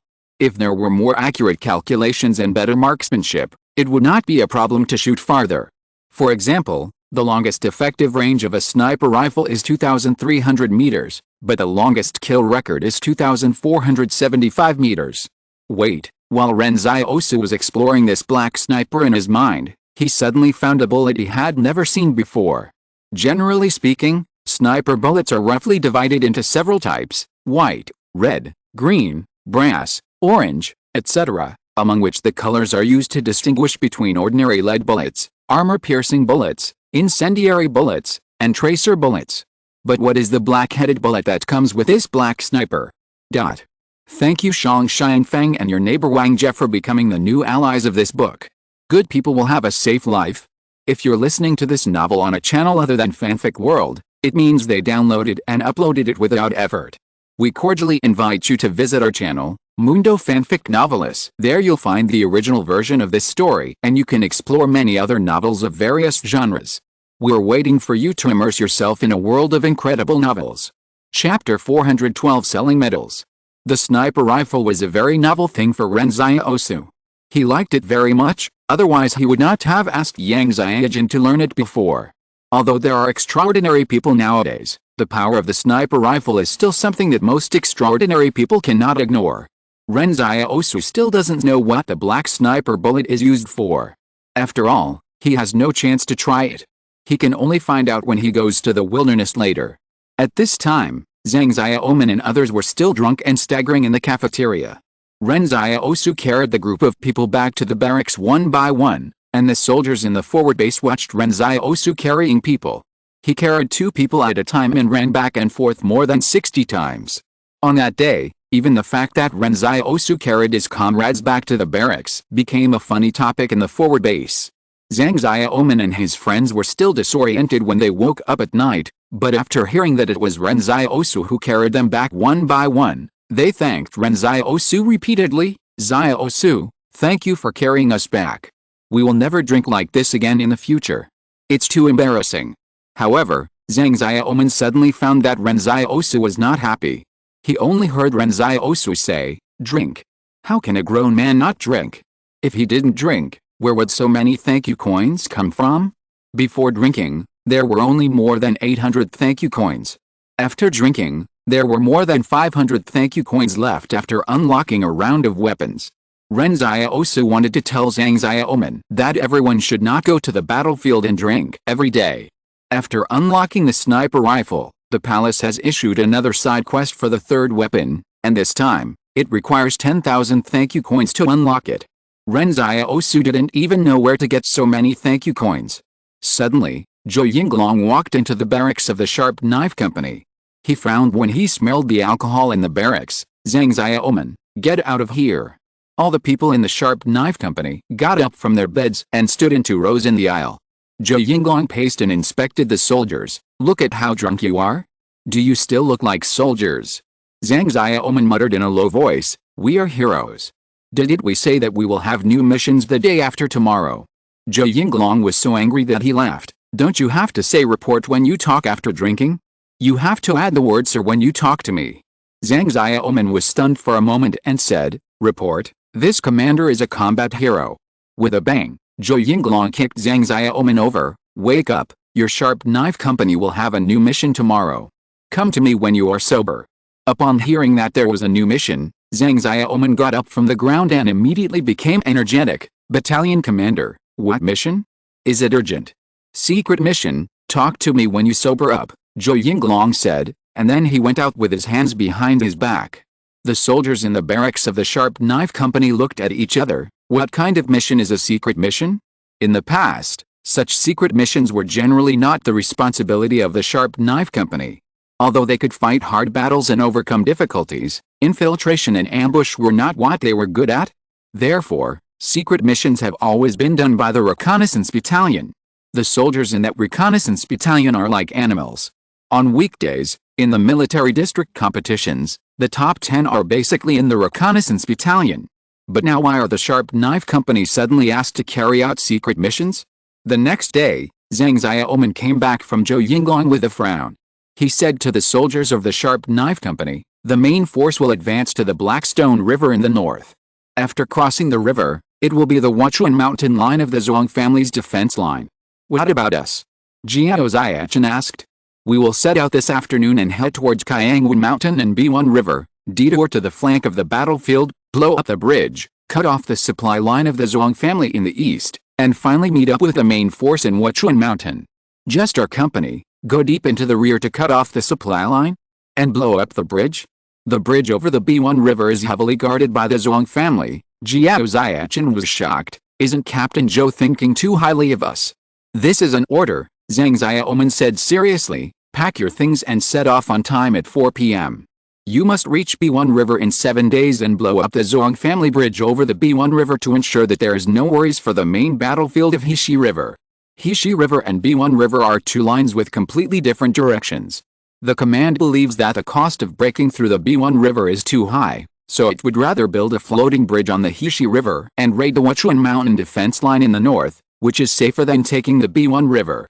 The only thing to worry about is that the enemy on the other side of B1 River is likely to take advantage of the Wachuan Mountain line to start a war, and then send troops to attack the flank of the main force of the 178 fortress. So the Sharp Knife Company was sent to cut off this road, so that the Zhuang family could not pass through B1 River for a while. However, this task is difficult, which is equivalent to letting the Sharp Knife Company go deep into the depths alone. But Zhou Yinglong said that the bombing of B1 Bridge must be carried out in secret and blown up at a designated time, so the fewer people who carry out this task, the better. At this time, most of the people in the forward base did not know what strategy the command had formulated, and the Sharp Knife Company suddenly said that they would go cross-country training. A group of people ran out of the forward base with marching backpacks and guns on their backs. Originally, everyone thought that the Sharp Knife Company would only train for 2 or 3 days at most, but after 2 or 3 days, they realized that the Sharp Knife Company would never come back. The soldiers of the Sharp Knife Company trudged through the wilderness, and each of them wore a new medal on his chest with the word Sichuan engraved on it. This was what all the soldiers who participated in the Sichuan town battle got. Fu Rao muttered as he walked, "Hey, Captain, how much do you think this medal can be sold for?" Zhang Xiaoman thought for a while and said, "This is the first real victory of the group army after the expedition. Dingyan Mountain is not a bandit's nest, so the commemorative significance is still relatively large. Besides, only a few hundred medals were issued in total. I estimate that it can be sold for 10,000. That's not bad," Fu Rao said happily. "We'll sell it when we get back." Ren Xiaosu was stunned as he listened to the side. "Doesn't this medal represent honor? You say you want to sell it, so you sell it." He thought that the Sharp Knife Company had a strong sense of honor before. "So what?" Zhang Xiaoman laughed cheerfully. "If we sell the medal to others, will our honor be gone? The third-class merit is still there. Wouldn't it be better to exchange the medal for something more affordable? Wouldn't it be nice to buy some lamb chops with 10,000 yuan?" At the same time as the medals were issued, the third-class merit that had been withdrawn was also re-awarded, but all this was done in secret. "I'm afraid that the awarding ceremony will be made up after they complete this mission." Ren Xiaosu thought that the thugs in the Sharp Knife Company were really shameless, even exchanging medals for money.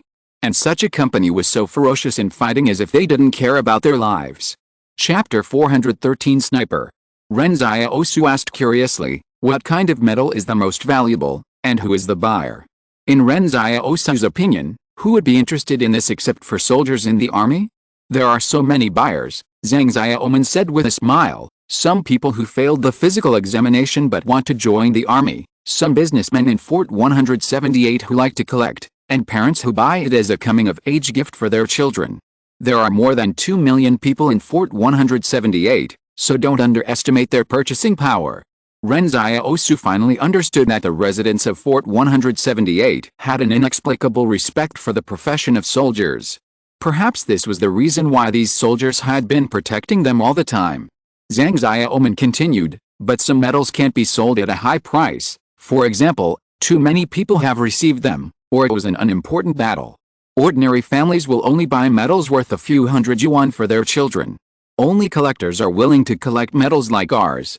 We won the first battle in Sichuan town, and the number of people who received medals was small, so the collection value is relatively high. Then if our spearhead company fought alone and made great contributions, wouldn't we have more valuable medals?" Ren Xiaosu asked. "Of course," Zhang Xiaoman laughed happily, "but great contributions are not so easy to make. It would cost someone's life." Ren Xiaosu remained silent. The journey to B1 Bridge was not peaceful. When they passed Sichuan town again on the way, the fire there had been extinguished, and the entire ruins were dark, like a purgatory infested with the monsters. Zhang Xiaoman glanced at Sichuan town from a distance and said, "I don't know what the world was like before the disaster." "Okay, stop looking. Cheer up. You never know when we'll have to fight a battle. Sichuan town is more than 200 kilometers away from B1 Bridge. They will enter a mountain range and then sneak in the direction of B1 River.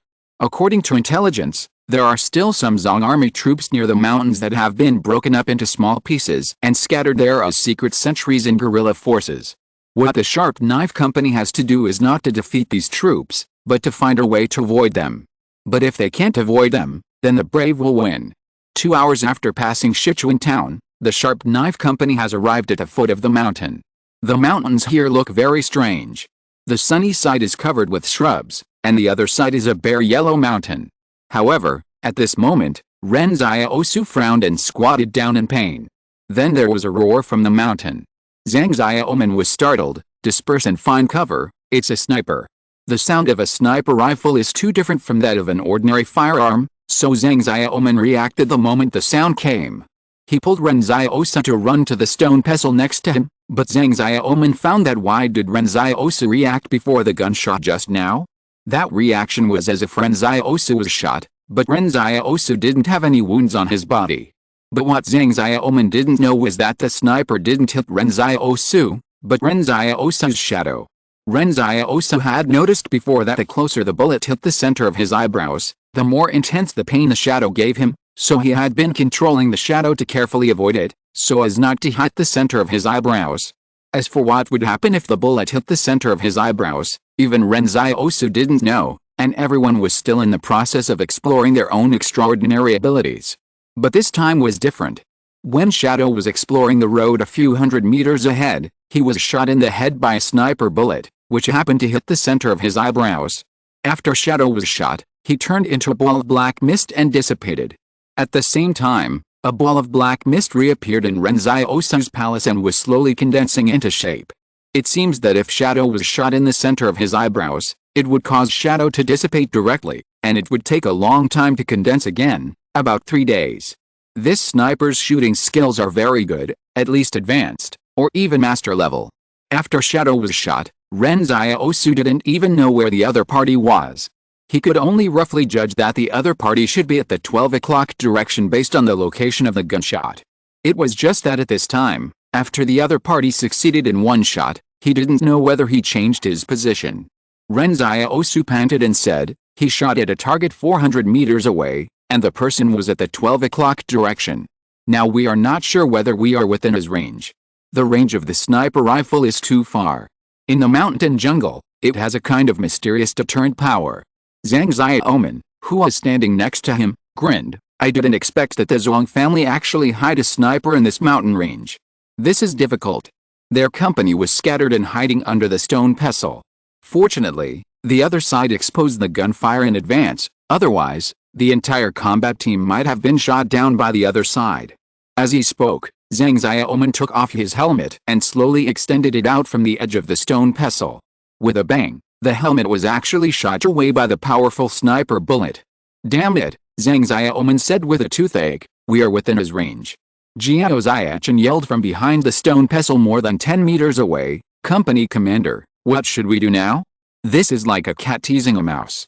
We can only shrink here. Think of a way, Company Commander. You are the mouse. Zhang Xiaoman felt a little aggrieved, but what good solution could he have? If he showed his head now, he would die. The dominance of snipers on the battlefield is reflected here. One person can suppress a company behind a stone pestle and wait for death. The enemy can hit you, but you can't hit the enemy. Unless Zhang Xiaoman is willing to use his comrades as cannon fodder, sacrifice a group of comrades, and then complete the strategic transfer of others. Why don't we contact the forward base and ask them to reinforce? Someone asked. Zhang Xiaoman sighed and said, it's too late. It will take 3 days for the people from the forward base to get here. By then, this sniper may have called the Zhuang guerrilla forces in the mountains. Or we can just wait and see who is more patient, us or this sniper. Jiao Xiachen said, or wait until nightfall, and we can transfer under the cover of night. You are such a genius. You are actually competing with this sniper in patience. Zhang Xiaoman was so angry that he laughed, and he is lying in ambush in the mountains, and the scope must be night vision. At that time, he will hit you like a game. What to do? It seems that someone must die. Ren Xiaosu took a deep breath. Zhang Xiaoman saw the rise and fall of Ren Xiaosu's chest as he took a deep breath, and he cried out in his heart, not good. In just a moment, he suddenly found that Ren Xiaosu's pupils had turned red. Destroy the city. Start. The next moment, Ren Xiaosu suddenly rushed out from behind the stone pestle. His speed was unbelievable. When Ren Xiaosu rushed out, a sniper bullet arrived as expected, but because Ren Xiaosu was too fast, the sniper missed this time. Chapter 414 Ren Xiaosu's Sniper Battle. When Zhang Xiaoman saw Ren Xiaosu taking a deep breath, he thought that Ren Xiaosu might take a risk. At that time, he wanted to hold Ren Xiaosu back, but he was afraid that he would slow him down and hurt him instead.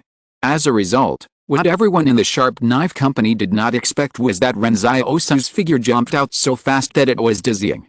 It was too fast.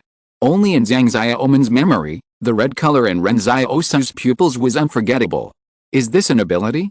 If so, then Ren Xiaosu should have two abilities at the same time like Su Xianchu. When Su Xianchu showed two extraordinary abilities before, the men in Fortress 178 were envious. Everyone said that Su Xianchu was the son of destiny. Most people wanted extraordinary abilities but didn't have them, but Su Xianchu had two. This was unique in Fortress 178. But after today, it is no longer unique. Zhang Xiaoman firmly believes that Ren Xiaosu must also have two extraordinary abilities. They also have such an awesome extraordinary person in the Sharp Knife Company. Zhang Xiaoman couldn't help but worry about Ren Xiaosu's safety. Although it was better to rush out like this than to suppress him behind the stone pestle, they were still far away from the sniper's position. If Ren Xiaosu wanted to kill the sniper, it would be difficult. But when Ren Xiaosu rushed out, he said, "Stay here and don't move. Wait for me to come back." There were only 30 seconds to destroy the city. Ren Xiaosu calculated that he had to walk to the valley where the sniper's vision was blind. It was probably half a kilometer away, but to avoid the sniper's shooting, he had to take an irregular route to avoid being shot. Crossing an open area of nearly 500 meters in front of the sniper, if an ordinary person did this, it would be tantamount to seeking death, but Ren Xiaosu could only take a gamble. The sniper was hiding in the bushes at 12 o'clock, like a sinister vulture. He observed the Sharp Knife Company clearly through the scope. When he was sure that there was no sniper in this company, he started the cat-and-mouse game. After the sniper shot down the black shadow that seemed to be a supernatural being, he suppressed all the company behind the stone pestle, wanting to slowly torture these people and make them unable to live or die. The sniper himself could lie in the bushes for 3 days and 3 nights, and he didn't believe that the ordinary soldiers in this company could do this. The time hiding behind the stone pestle was tormenting. The sniper even believed that it would only take about 6 hours for the company behind the stone pestle to collapse and rush out of the stone pestle to kill him. But it was just a meaningless struggle. However, a turning point appeared. The sniper didn't expect that there would be someone so fast behind the stone pestle that even the sniper rifle couldn't aim. The figure was seen running wildly in an irregular route in the open area. The sniper tried to shoot twice, but both shots were empty. Zhang Xiaoman and Jiao Xiachen were not the kind of people who would sit and wait for death. Zhang Xiaoman shouted, "Jiao Xiachen, the enemy's sniper rifle fires continuously. You only have one chance. Cover Ren Xiaosu." Jiao Xiachen said nothing. He knew what Zhang Xiaoman meant. He waited silently in his heart. When the next gunshot rang out, Jiao Xiachen suddenly set up the mortar and loaded the shells. With a bang, the mortar shells followed a specific arc and blasted towards the hillside at 12 o'clock. Jiao Xiachen didn't know where the enemy was exactly. They just took advantage of the moment when the sniper fired to support Ren Xiaosu with firepower. They didn't think that this mortar shell could hit the enemy, but as long as it caused interference to the enemy and allowed Ren Xiaosu to safely run across the open terrain, that would be enough.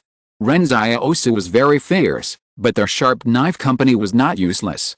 After the sound of cannon fire, there was no more sound of sniper rifles. Jiao Xiachen muttered, "Will the opponent be killed with one shot?" "Don't dream on your face," Zhang Xiaoman scolded with a smile. "If you can hit the target with this shot, it would be like Lu Yao falling in love with you, which is simply impossible. I'm already married, why am I still talking about Lu Yao?" Jiao Xiachen also scolded, "I think you're the one who's thinking about her. Which man in Fortress 178 doesn't think about her?" Zhang Xiaoman glanced at Ren Xiaosu. He found that Ren Xiaosu had successfully run to the blind spot of the sniper's vision, so he said, "Just hide well, and leave the rest to Ren Xiaosu. I believe he can kill the sniper." At this time, Ren Xiaosu was hiding in a valley, gasping for breath. The sniper put a lot of pressure on him. If he hadn't turned on the city destroyer, he might not be able to avoid the opponent's bullets. Ren Xiaosu ran out from behind the stone pestle after careful consideration. He had previously experimented with Yang Xiaojin to see if Yang Xiaojin could shoot him while he was moving at high speed. Of course, Yang Xiaojin would not really shoot him. She just judged that if Ren Xiaosu did not use the city-destroying skill, Yang Xiaojin's hit rate would be 100%. If the city-destroying skill was used, Yang Xiaojin's hit rate would be reduced to 70%. At that time, Ren Xiaosu was a little discouraged.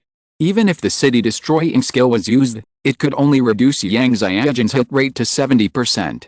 But Yang Xiaojun said calmly at the time that it was because she was the one who shot. If it was another sniper, it would be considered good to have a 10% hit rate after the city-destroying skill. At that moment, Ren Xiaosu did not know what to say. However, this was also the reason that supported Ren Xiaosu to come out and gamble. In the end, Yang Xiaojun was not bragging. She was indeed much better than most snipers. Ren Xiaosu adjusted his breathing while thinking. At this time, the sniper might have started to move. After the opponent's original plan to suppress the company behind the stone pestle failed, he must have started to move. Ren Xiaosu must find this sniper and kill him, otherwise he would always be stared at by such a sniper during the march, and there was no telling when the sharp knife company would face disaster. He quietly followed the shadows and detoured to the mountain at 12 o'clock, trying to find the trace of the sniper. At this moment, he had to be careful, and careful. If he was not careful, he might die under the opponent's gun. Ren Xiaosu pulled out 2 bushes and smeared the grass juice on his face and clothes to use it as his camouflage. He suddenly recalled what Yang Xiaojun had said to him, when 2 snipers meet in the wilderness, whoever is exposed first will die first.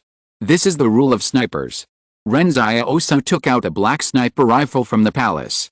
He muttered to himself, I am also a sniper now, right? So, where will the opponent's sniper move after leaving the mountain at 12 o'clock? Ren Xiaosu walked into the mountains with a sniper rifle on his back. This was his first hunt as a sniper. Chapter 415, Ambush and Counterattack.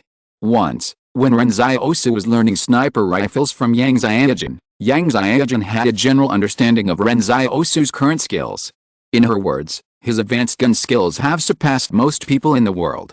It's just that snipers are always special. They are the most outstanding people in the world, so you must be careful when you meet them. Ren Xiaosu knew very well that it would be dangerous for him to chase the sniper in the wilderness. The opponent's sniper shooting skills were probably better than his. But it didn't matter. Ren Xiaosu was more familiar with how to find a prey in the wilderness than him. At this time, Ren Xiaosu was squatting in a bush, trying to find traces of the other parties passing. This sniper was very cautious and did not discard any household garbage for a whole day. The sniper must have carried individual rations, but the other party had never discarded the packaging bags of individual rations. It was estimated that he carried them with him after eating, so as not to expose his whereabouts by these abandoned packaging bags. Even when walking in the wilderness, they were very careful not to leave footprints on the soft soil. If there was a stone road, they would take the stone road. They even planned to cross the stream to erase their traces. Ren Xiaosu looked at the bushes in front of him. He saw irregular fallen leaves under the bushes, and his heart was at ease. This chase has lasted for a day. The sniper didn't know if there was anyone following him. He didn't go very far, but always made a big circle, because he was still thinking about a company that entered the mountains and wilderness. That was his merit. If he killed a company, he might be promoted to major, right? But he was not stupid. He had called for support from the rear yesterday, and the guerrilla troops who came to support him might arrive today. Yesterday was actually very thrilling. Fortunately, he left the ambush side in advance, otherwise he would have died under the mortar. The sniper was also a little confused at that time. Which combat sequence was this company? How could the temporary adjustment of the mortar accurately hit the position where he had ambushed before? But the one who made him feel the most oppressive was the soldier who could dodge bullets with pure speed. In fact, when he saw the shadow in the scope on the first day, he subconsciously thought of Su Xianshu, who had been famous for a long time in Fortress 178. Even the bandits in the wilderness knew that the shadow was the symbol of Su Xianshu. How could he not know? If Su Xianshu was killed, his promotion to major would be almost certain. Snipers are a special type of soldiers. Although they know that the extraordinary people are very powerful, they also know that the current extraordinary people can't withstand sniper bullets at all. So the sniper subconsciously searched for Su Xianshu's figure in the company at that time, but he had never seen Su Xianshu and couldn't tell which one was it. The sniper decided to try to destroy the shadow first. If he couldn't kill the shadow, he would evacuate. As a result, he successfully knocked down the shadow, which made his confidence swell up. The extraordinary people were just like that. After knocking down the shadow, he thought the entire company was in his hands, But reality forced him to wake up. Not everyone's dynamic vision is as strong as Yang Xiaojin's, and not everyone's motor nerves are as strong as Yang Xiaojin's. So when Ren Xiaosu rushed out from behind the stone pestle, the sniper even felt that it was difficult to capture Ren Xiaosu's trajectory in his field of vision. He barely fired 3 shots, all of which missed. At that moment, he stood up, picked up his gun and left, no longer lingering on the battle. The sniper knew very well that this extraordinary person was more powerful than he thought, and he needed a better opportunity. The sniper glanced at the sky and delayed for a day. The guerrillas should arrive soon. However, at this moment, screams suddenly came from the direction of Lao Yakao. The sniper was originally crawling in the bushes without moving, but he heard the sound. It was clearly that the guerrilla reinforcements he called for were attacked. What's going on? How could the guerrillas be attacked in Lao Yakao? He hesitated again and again, and decided to move towards the scene of the incident, but just when he had just climbed over a ridge and saw the situation in Lao Yakao, he immediately felt something was wrong. The sniper quickly turned over and hid behind the ridge. A gunshot was fired from a distance, and the bullet hit the position where he was just now. It was a sniper. The other side actually had a sniper. But that was not right. I had observed that company for a long time, and there was clearly no sniper in the company. How could such a huge object as a sniper rifle be hidden? If the other company had a sniper, he would definitely not ambush the entire sharp knife company alone. At this time, the guerrilla troops coming to support from the Lao Yakao direction were surrounded by red vines hidden under the bushes, and there were strange plants next to them that were spitting out earthy yellow fruits. The fruit could directly break the bones of the guerrillas when it hit them. If it hit the chest, the ribs would be broken one by one, and the injured person would spit out blood at that time. The number of guerrillas who came was not small. The sniper had already reported the situation. The enemy was a company, so the guerrillas directly sent 2 companies to join the sniper. However, the attacked company was closer and arrived first. Originally, they thought they had a sure win. As long as the guerrillas arrived, they would be able to immediately strangle the 178 fortress, a company with unknown purpose. But the result was that before they even saw the shadow of the enemy, the first company had been damaged by more than half, and the remaining half was still fighting frantically with the thorn vines, trying to rush out of the area controlled by the thorn vines. But Ren Xiaosu would not give them a chance. He threw a few grenades through the shadow gate, and the whole Lao Yakao returned to silence. The sniper hiding behind the ridge was sweating coldly. Was the thorn vine an extraordinary ability? There were 2 extraordinary people in this company? The other side seemed to have expected the guerrillas to come in ambushed in advance, but in fact, the purpose of attacking the guerrillas was to lure him out. Fortunately, he reacted quickly, otherwise he would have been killed by the gun just now. The opponent's sniper's marksmanship may not be very good, but it is insidious enough. At this moment, the Zhong family's sniper no longer had any calm mood. He couldn't even judge how many enemies and extraordinary people there were in the mountains. He picked up the communication equipment and contacted the Biwen River headquarters. Poison Wolf calls the headquarters and requests support. Su Xianchu of Fortress 178 has been found. Repeat, Su Xianchu of Fortress 178 has been found and there are unknown extraordinary people. The guerrilla force has been attacked. Request for additional support.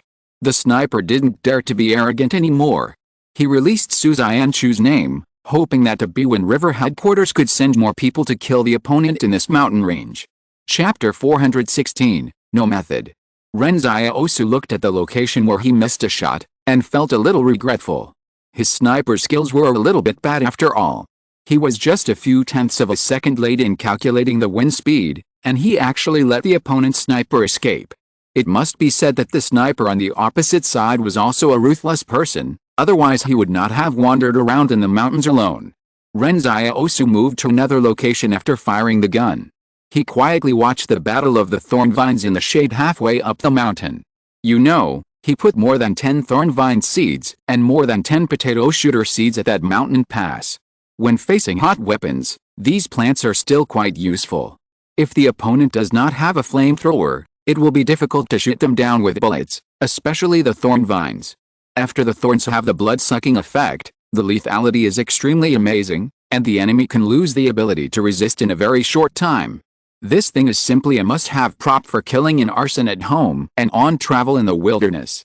Now that Ren Xiaosu's second weapon has been unlocked and the third weapon is nowhere in sight, Ren Xiaosu has relaxed his use of gratitude coins. Killing more enemies and going back to Zhang Xiaoman and others to earn some gratitude coins is always more than spending. For example, destroying a company of the Zhuang family only cost more than 20 gratitude coins. Going back with Zhang Xiaoman and others after the victory to have a drink, it cost hundreds of them. Ren Xiaosu felt a little regretful that he failed to kill the Zhuang family's sniper this time, but it didn't matter. He had time to play with the other party slowly. It was very strenuous to bend down and move forward in the bushes. The bushes were only half a person's height at most, and the waist couldn't stand bending down for a long time. If an ordinary person chased, he would probably be exposed to the view of the other sniper soon, but Ren Xiaosu was not an ordinary person. That afternoon, Ren Xiaosu followed the other party's trail and moved eastward along the trend of the mountain range. In the evening, when Ren Xiaosu was temporarily unable to determine whether the direction was correct, he suddenly saw some biscuit crumbs on the ground. Biscuits are basically standard rations for individual soldiers. It seems that the other party has replenished their energy here once. Biscuit crumbs are hard to notice even when eating them normally. They are too broken. The direction is right. Ren Xiaosu squatted in the bushes and looked around. He was probably very close to the sniper. When the sun sank behind a distant mountain, the last ray of afterglow turned from red to gray. When the sky darkened, the sniper suddenly saw a helmet raised where he had discarded the biscuit crumbs. He sneered. "Do I have to hit the helmet?" Bang! A sniper bullet traveled an unknown distance and hit the lower right side of the helmet. If someone was holding a helmet, then the owner should be in the lower right side. The mountain was very quiet, but the sniper was too far away to judge the sound effect of whether it was hit. He asked in the communication channel, "Did the ambushers nearby hear the sound of being shot?" "It was the sound of bullets hitting flesh," someone responded. "We are about 300 meters away from the target and can vaguely hear the sound." The sniper said in his own communication channel, "The target should have been hit, go check." Received. A guerrilla quietly lurked towards the position where the sniper shot. A guerrilla company of up to 120 people was lurking in the mountains. If you don't look carefully, you can't even find such a group of people. The strategic location of B1 River is still very important, otherwise there would not be so many guerrilla forces hidden in this mountain range leading to B1 River, and there would be more than one sniper. This mountain range is not a must-go route. Large troops cannot pass here at all, and heavy firepower armored forces cannot pass through here. Even so, the Zhuang family is so cautious. The guerrilla company surrounded the mountain. The company commander whispered in the communication channel, "The enemy is a superhuman. It is very likely that he was hit by a sniper rifle but not dead. Be vigilant. The second team will surround him from the 3 o'clock direction to prevent him from breaking through by force. It is already night. If there is a breakout, other teams will immediately put on night vision equipment." Even though the enemy might be shot, the Zhuang guerrilla company still did not relax. But when the guerrilla company gradually tightened the encirclement, the company commander suddenly saw a pig's hind leg on the ground where the bullet was shot. A guerrilla soldier was stunned for a moment and asked in the communication channel, "Wait, how can there be such a thing as a pig's hind leg here? Trap!" The company commander yelled in the communication channel, "Retreat, retreat." But it was too late to retreat now. The next moment, they suddenly found that there were thin red thorns sweeping in from the bushes, and at the same time there were strange plants spraying potatoes. "What the hell is this?" Exclamation mark. The sniper was listening to the cries of his comrades in the communication channel. At this time, he had carefully changed the ambush location. In his scope, he saw the vines that looked like purgatory tentacles again, strangling all lives within its attack range. The Zhuang clan sniper was scared. He didn't even dare to raise his head, so he crawled away. He was going to join the main force of the guerrilla force. This was not an enemy he could deal with. These were two companies, with a total of 240 people, who died inexplicably. But the sniper couldn't figure out how this opponent could carry a pig's hind leg up the mountain? Exclamation mark. Suddenly, the sound of a grenade exploding sounded behind him, and the sniper was immediately startled. Being able to throw a grenade over, didn't that mean that the enemy was very close to him? The sniper felt a little desperate, but he didn't give up. Instead, he continued to crawl forward desperately, and even rolled down the mountain with the help of the slope. This time, Ren Xiaosu won a little bit again. The sniper deliberately threw some cookie crumbs to trick Ren Xiaosu. But Ren Xiaosu was thinking, how could a sniper who had been very cautious suddenly drop cookie crumbs? So Ren Xiaosu subconsciously felt that there was a trick.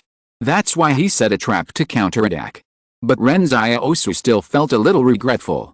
He was actually still far away from the sniper, but he couldn't determine the opponent's position, so he simply threw 2 grenades with a shadow gate, but unfortunately he didn't blow the opponent out. Yang Xiaojun once said that sometimes on the battlefield, proud snipers would insist on using sniping to end the life of another sniper. But Ren Xiaosu himself was not proud at all. He just liked to kill the opponent. As for how to kill him, it was not very important. After all, he was just a player with advanced gun skills. What was there to be proud of? As a soldier of the Sharp Knife Company, of course he came in whatever way he could, regardless of the method. Chapter 417 Double Kill. The enemy has called in 2 guerrilla companies, so of course I have to kill them. But Ren Xiaosu suddenly felt something was wrong. In order to kill a sniper, they actually killed 2 guerrilla companies? His original intention was to kill the sniper, so how did it become a guerrilla company? If they continue to chase and kill, will the guerrilla forces in the entire mountain range be useless? The problem is that if the sniper is not eliminated, the Sharp Knife Company in the rear cannot rashly enter the mountain range. In fact, Ren Xiaosu knew very well that the Sharp Knife Company was not helpless against the sniper. If they really had to fight to the death, more than 180 people were determined to rush out. Can you, a sniper, really kill the entire company? I'm afraid you don't have enough bullets. It's just that this time, Ren Xiaosu hopes that all the Sharp Knife Companies will return alive, so he is so stubborn to chase and kill this sniper who may become a hidden danger. Even the guerrillas killed 2 reorganized companies. Continuing to walk east, Ren Xiaosu was already 1 day away from the position of the Sharp Knife Company in the rear. But it didn't matter. After killing the sniper, he could naturally go back and find the Sharp Knife Company. At this time, he was no longer particularly worried about the sniper. The psychological state of all soldiers on the battlefield was not like a steel machine. When the sniper saw his comrades being killed by huge thorny vines twice, his mentality was close to the edge of collapse. This was also thanks to the fact that he was a sniper. The mentality has always been one of the key training subjects, so now he can still maintain his sanity and continue to escape. If it were an ordinary soldier who saw such a horrible scene, I'm afraid he would have been scared.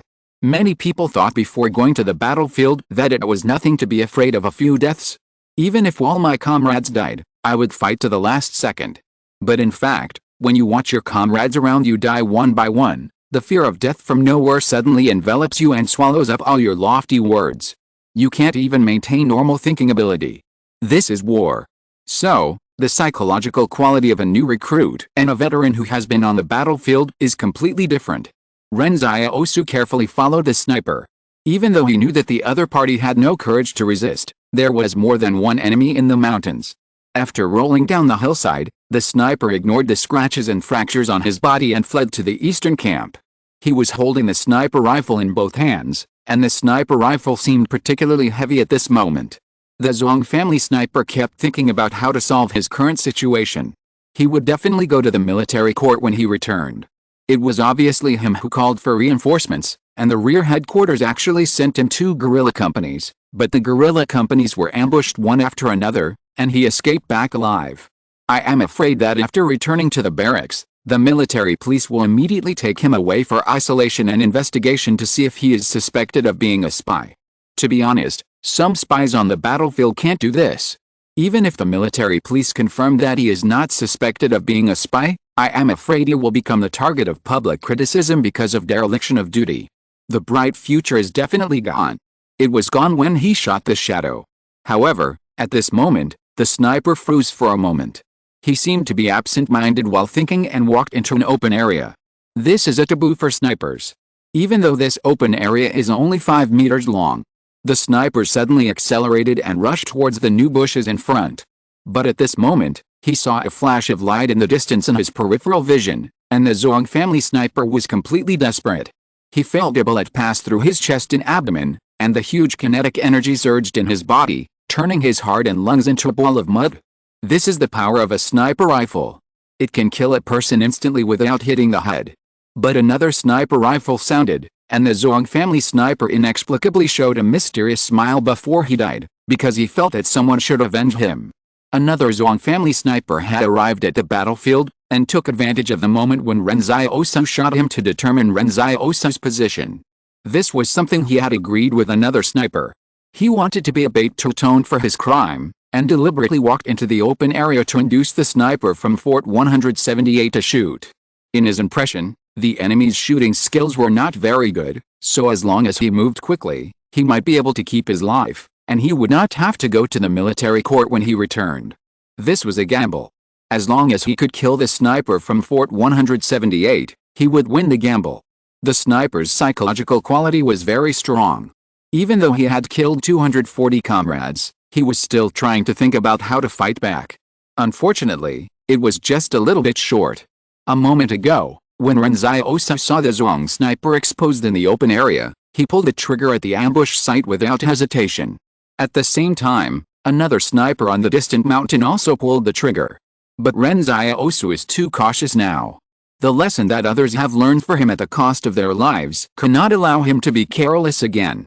Just as Ren Xiaosu pulled the trigger to expose his position, Ren Xiaosu, who was originally half kneeling on the ground, quickly raised his gun and fell to the right. A sniper bullet grazed the skin on the outside of his left thigh and hit the ground behind him. Ren Xiaosu felt a burning pain in his thigh. The sniper bullet only grazed the skin and tore a lot of muscle fibers on his left leg. But Ren Xiaosu didn't have time to care about these. After using the steam train and the shadow, he had endured countless pains, and his nerves were as tough as steel. Ren Xiaosu fell to the right and did not stop. Instead, he started running wildly again. One sniper bullet after another flew over, but they could never hit Ren Xiaosu, who was moving at high speed at a distance of thousands of meters. One bullet, 2 bullets, 3 bullets. Ren Xiaosu ran wildly while staring at the fire in the distance with his peripheral vision. You can't use sound to observe snipers. Sounds will be delayed, but light will not. At this moment, he suddenly stopped, half knelt down like a sculpture, and held the sniper rifle horizontally. Yang Xiaojun said, "Don't be too afraid of the sniper's burst of bullets. When a sniper forces a burst of sniping to chase a high-speed moving target, by the 4th bullet, the sniper can no longer accurately aim at the target thousands of meters away after adjusting the recoil." Ren Xiaosu knew very well that he had only a brief moment to fight for a glimmer of life. Breathe. At this moment, Ren Xiaosu could only hear his own breathing between heaven and earth. Yang Xiaojun said, "When you pull the trigger, your heart rate, body temperature, even your sweat glands and all parts of your body, must serve your will. At that moment, you can only dominate others if you dominate yourself." The afternoon sun was warm and abundant, and the grass juice on Ren Xiaosu's face had long dried up. He pulled the trigger, and a cloud of blood mist suddenly rose above the distant mountains. The mist was like a rainbow reflected in the sunlight. Chapter 418, Comrades who protect you from the wind and rain. When Ren Xiaosu pulled the trigger and shot the enemy, he did not slack off, but turned around and ran towards the wilderness behind him. No one stipulated that there could only be 2 Zhuang clan snipers in this mountain range, maybe 3. At this time, the wound on the outside of his left thigh that was grazed by the sniper bullet was still bleeding, and he was limping when he walked. It was not that he could not bear the pain, but that the muscle fibers were broken, causing his left leg to be a little weak now. No matter how strong his willpower was, he could not connect the muscle fibers instantly. So it was the same saying, the most dangerous part of walking on a tightrope is always the last 3 steps. Only those who can walk these 3 steps well are worthy of walking on a tightrope. This battle consumed a lot of Ren Xiaosu's energy. Whether it was ambushing the guerrilla company or fighting wits and courage with a sniper, there were several twists and turns in it, which Ren Xiaosu had never encountered before. In fact, the opponent was not a top sniper. In Yang Xiaojun's words, there were no top snipers in the entire Northwest, and no one could match her. Ren Xiaosu himself was not a master of strategy. He was just learning how to fight and how to hunt. In the past, he hunted beasts that didn't use their brains, but now he hunted people who could use their brains. Perhaps a real hunting master would sneer at what Ren Xiaosu did, such as whether he should have risked his life with a 4th shot, whether he should have chased so far, or that he actually had the opportunity to kill the sniper, but he didn't find that opportunity. If Yang Xiaojun was there, he would probably think that those snipers were stupid and had poor marksmanship. But no matter what, Ren Xiaosu was still making progress and still thinking. The enemy was dead, that was the most important thing. Ren Xiaosu hid in the bushes behind the ridge for a long time. He wanted to see if there was a third sniper, and also wanted to see how the Zhuang family's guerrillas would react. After all, the guerrillas had already lost 2 snipers and 2 companies here, and it was impossible to just let Ren Xiaosu and his men run wild here. But it is also possible that the guerrillas saw that this side was not easy to deal with and simply retreated to B1 River. This is also possible. It mainly depends on what the other party chooses. After waiting for a long time, Ren Xiaosu did not see any more guerrillas dispatched, as if they had given up on this mountain. Ren Xiaosu thought about it and decided to go back and join the Sharp Knife Company first. He had been out for nearly 2 days and didn't know what was going on in the rear. However, at this moment, he suddenly saw a large number of troops from the north and south surrounding him. Ren Xiaosu was stunned. This was not giving up the mountains, but spending some time to gather troops and directly sending a regiment into the mountains, intending to completely clear the mountains. They wanted to surround him. This was a big deal. A regiment was sent to fight a company? This was too much of a fuss. Ren Xiaosu had heard a little. They also said that they were going to cross from here to B1 River to blow up the bridge. How could they get through now? He turned around and bent down and ran behind him. He had to run out of the encirclement first. While running, Ren Xiaosu was thinking about whether he could plant some thorn vines to kill some of the Zhuang clan's soldiers.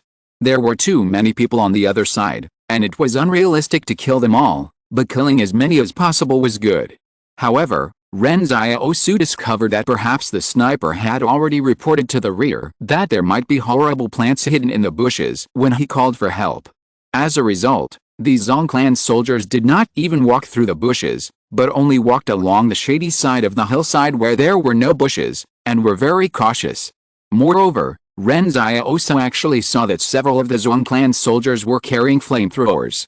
With these things, the thorn vines could not play a big role at all, and they were burned up by a fire. It must be said that plants also have natural enemies. Seeing this scene, Ren Xiaosu stopped making trouble and limped all the way to the end of the mountain range.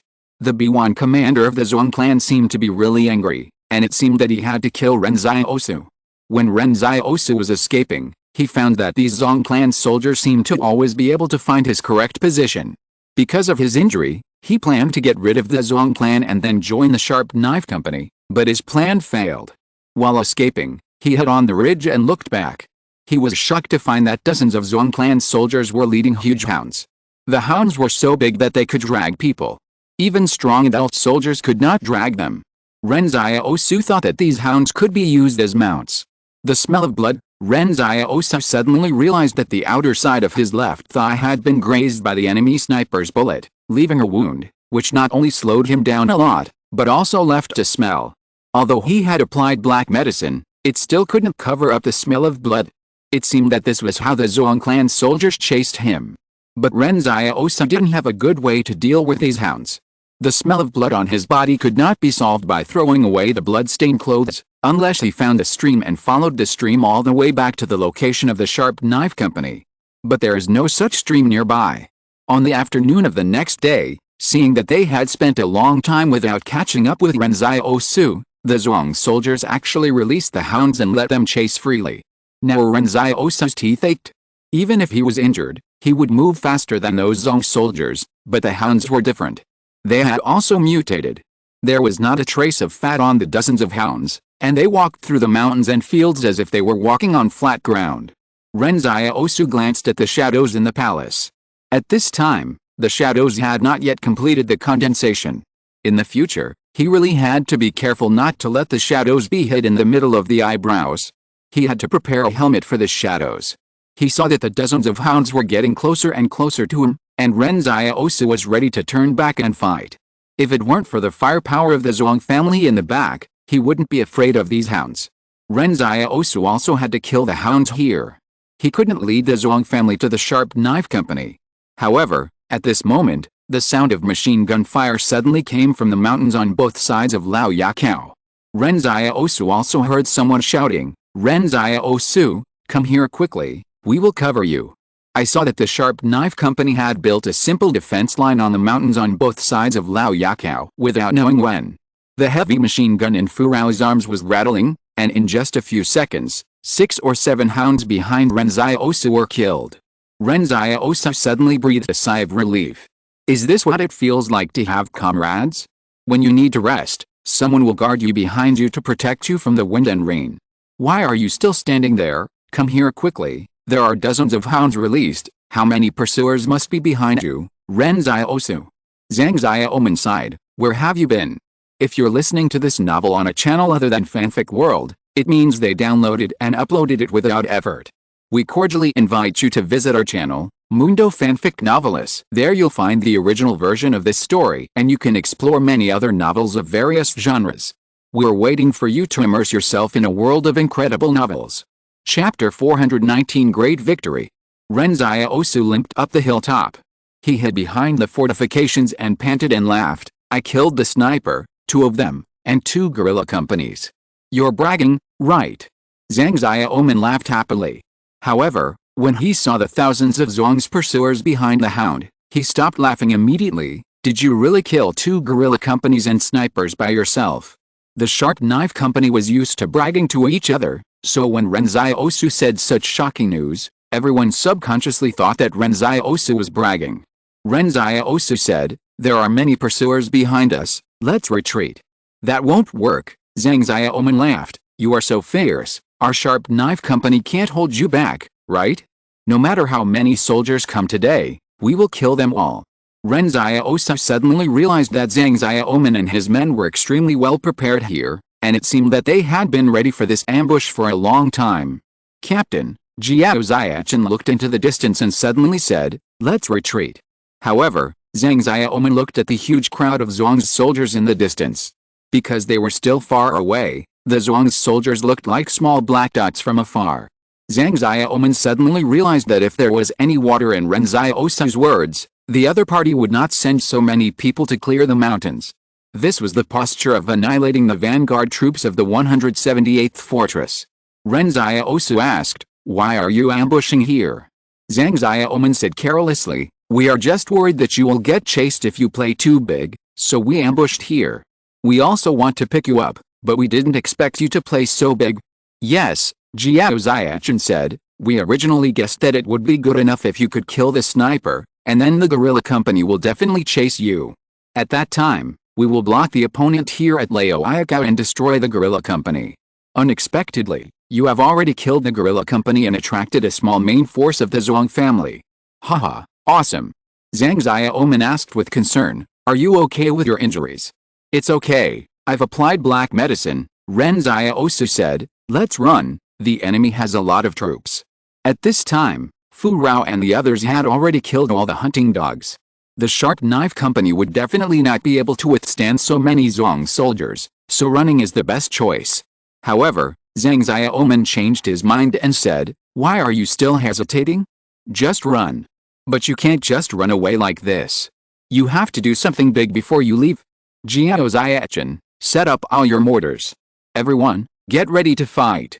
Ren Xiaosu frowned, there are a lot of enemies. Zhang Xiaoman said seriously, did you see they brought heavy weapons?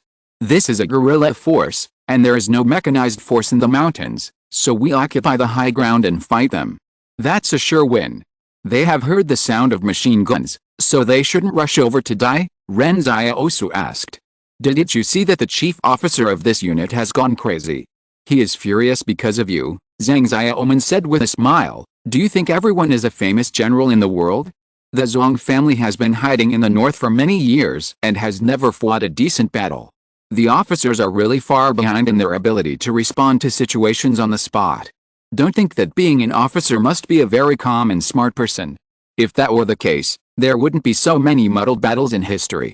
Ren Xiaosu remained silent. Zhang Xiaoman said happily, do you think I look down on the heroes of the world? No, we know ourselves and know the enemy. If the Zhuang family was replaced by the Qing family, the commander might not be willing to send troops to open up the trade route.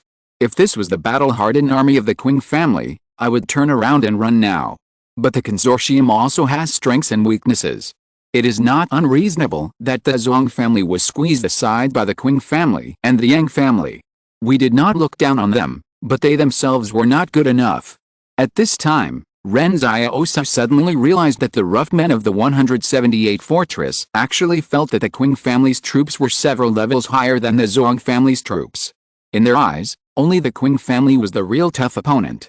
As if to confirm Zhang Xiaoman's words, the soldiers from the Zhang family, knowing that there were machine guns, still advanced forward under the order of the superiors with the help of the mountain bunkers. They were actually going to force the Sharp Knife Company to be knocked out.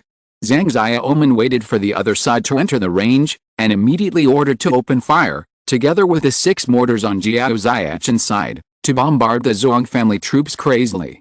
Seeing that just one round of attack almost wiped out a company of the Zhang clan that rushed up, it was not until this time that the other side was completely awakened.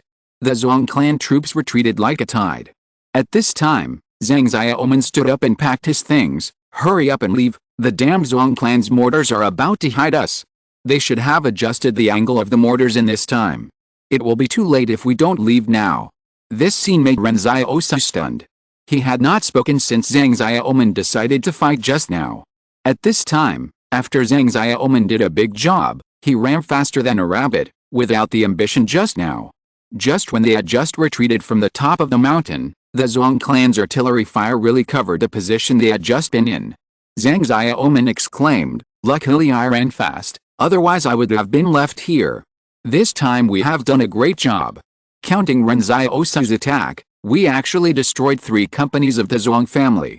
Haha, I will be awarded a 3rd-class merit when I return, and maybe a 2nd-class merit. Ren Xiaosu asked curiously, "Captain, aren't you afraid that they will bombard us first?" "No, they can't determine our exact position at the beginning, and they don't have time to adjust the angle of the mortar, so they can't hit us accurately." However, at this time, Ren Xiaosu suddenly said seriously, "Captain, although I don't know that you know the Zhang family troops very well, we should try not to underestimate them in the future. What if we haven't left when the artillery fire comes? Won't we be killed? I sincerely hope that we can all go back alive." Everyone looked at Zhang Xiaoman. The Sharp Knife Company has always been following Zhang Xiaoman to lick blood on the tip of the knife, and even during exercises, they would choose dangerous things to play with their hearts. It is because of this style that people outside call the people of the 178th Fortress killer blanks. Ren Xiaosu continued, "I'm not questioning your fighting style, Captain. I just hope we can be more cautious. After all, if we encounter a particularly smart opponent, we might all be in trouble. Even if the chance is 1 in 10,000, we can't afford to take the risk." Zhang Xiaoman was silent for a while and said, "Okay, I'll listen to you." The surrounding soldiers of the Sharp Knife Company were stunned. Someone had advised Zhang Xiaoman before, but Zhang Xiaoman had never listened. "What are you looking at?" Zhang Xiaoman said unhappily, "Why are you looking at me? Do you think I have a scar on my face? Retreat quickly." The mechanized troops of the Zhang family could not enter the mountains, so they were not afraid that the Zhang family would continue to pursue them. The Sharp Knife Company ran no slower than the Zhang family. Chapter 420 Life is like a play. As they walked, Zhang Xiaoman said, "Our headquarters misjudged the number of troops stationed in this mountain range. If you hadn't explored the way this time, if we had plunged into the encirclement, I'm afraid the entire Sharp Knife Company would have been wiped out. Speaking of this, I have to thank you." Thanks from Zhang Xiaoman, +1. Ren Xiaosu thought for a while and said, "This is not my credit. It was mainly because we dealt with a sniper. We were suppressed in the stone mound at that time. It's not that there is a way to deal with the sniper. Let's rush out of the stone mound together. His range is probably only more than 1,000 meters. We have 6 heavy machine guns, and the range is not shorter than his." Zhang Xiaoman said, "Why are there many snipers on the battlefield who are not qualified for continuous sniping? Is it because they don't want to? Of course not. Top snipers all dream of having a fully automatic sniper rifle. No matter how accurate a single shot is on the battlefield, it is not as good as a continuous shot. But even the most valuable snipers are afraid of the heavy machine guns in the hands of our big-headed soldiers. The heavy machine gun with a tripod that can provide long-range fire coverage is the natural enemy of the sniper. This is an iron rule that has been explored with countless lives on the battlefield, so some serious snipers do not fire continuously, and they will leave after beheading. These are truly vicious snipers, like the 2 snipers that Ren Xiaosu encountered before, who are purely used to block scouts that might infiltrate. On the battlefield, snipers have more than one use. According to Zhang Xiaoman's original plan, the opponent's snipers hide on the hillside to suppress them, but Zhang Xiaoman also had the courage to cut off his own arm, and he could still catch the opponent off guard by rushing out directly. But that will still kill a lot of people, Ren Xiaosu said. What's the fear of a few deaths? There are always deaths in war, Zhang Xiaoman said happily. If I, Zhang Xiaoman, die on the battlefield, it will be what I want. There are always deaths in war. This seems to be Zhang Xiaoman's catchphrase. However, the problem is here. In the previous pursuit battle, the reason why Ren Xiaosu rushed out was that he didn't want to be killed by a sharp knife. This was his obsession. Regardless of whether this idea was childish or not, he thought so. As if he was not worthy of protecting anything anymore since the sharp knife could kill people. When Zhang Xiaoman said that there would always be casualties in a war, Ren Xiaosu said that you would never know if you didn't try. No matter what happened in the future, he did it again this time. Zhang Xiaoman looked at Ren Xiaosu and said seriously, don't just blame me. You can't take risks like this anymore. We all have one life, and we can't always let you charge into battle. However, Ren Xiaosu insisted, I will take you to live. Zhang Xiaoman thought it was a bit strange. Why did it seem like Ren Xiaosu was the company commander? But now a new problem has arisen. Since everyone's intelligence about the garrison in the mountains is wrong, this road is not feasible, but the task Zhou Yinglong assigned to them is to blow up the bridge over the B1 River, and this task has not been completed yet. Bring the map over, let's work out how to get to B1 River, Zhang Xiaoman said. We are only about 200 kilometers away from B1 River. It's so close but we can't touch it. It's really frustrating. Ren Xiaosu suddenly asked, I've always been curious about one thing. This should have been done by the reconnaissance battalion. Why did they send our sharp knife company? Ren Xiaosu had been wondering about this for a long time. In his opinion, infiltration, raids, and bridge bombing should have been the work of the reconnaissance battalion. Why would they let the sharp knife company do it? Even if Zhang Jinglan used him as a coolie, he wouldn't have made such an unreasonable arrangement. Zhang Xiaoman looked at Ren Xiaosu and explained, at this time, Captain Zhou's vanguard battalion has already left the forward base and headed northeast. On the surface, they said they were going to pass through Sichuan town to join us, but after passing Sichuan town, the vanguard battalion suddenly turned north and planned to reach Kayangwan Mountain within 3 days and forcefully attack there. Why is that? Ren Xiaosu was puzzled. Kayangwan Mountain was not far from B1 River. It was a small military station of the Zhuang family, but the terrain was difficult to capture. This place was considered a defensive support point near B1 River, and it was mutually supportive with the B1 River. The Vanguard Battalion and the Spearhead Company have always been the vanguard troops of the 178 Fortress. The entire Vanguard Battalion's eastward advance was itself to create a false impression that the main force of the 178 Fortress was advancing eastward, buying time for the construction of a floating bridge over the Blackstone River, Zhang Xiaoman said. Now Ren Xiaosu understood that whether it was the Spearhead Company bombing the B1 Bridge or the Vanguard Battalion attacking Kayangwan Mountain, it was all to cover up the true strategic intentions, and the drama had to be done well. At this moment, Ren Xiaosu suddenly remembered something. In the forward base, did any of you see Su Xianshu? Old Su? Zhang Xiaoman asked doubtfully. It seems that no one has seen him. He may have stayed in the fortress. After all, the fortress is now empty of troops, and it is also important to leave a small group of main forces to garrison the fortress. Ren Xiaosu fell into deep thought. Why would Su Xianshu, a transcendent who can make great achievements on the front battlefield, be sent to garrison Fortress 178? He always felt that Su Xianshu had other tasks. At this moment, the communicator came running over with a radio on his back. Company commander, the battalion commander wants to talk to you. After Zhang Xiaoman picked up the phone, he heard Zhou Yinglong ask, how is it going over there? Zhang Xiaoman reported, a large number of Zhuang's troops are stationed in the mountains leading to B1 River. We are now trying to find a way to pass through from other directions to see if there is any possibility of blowing up B1 Bridge. But Zhou Yinglong said, did we have a head-on battle?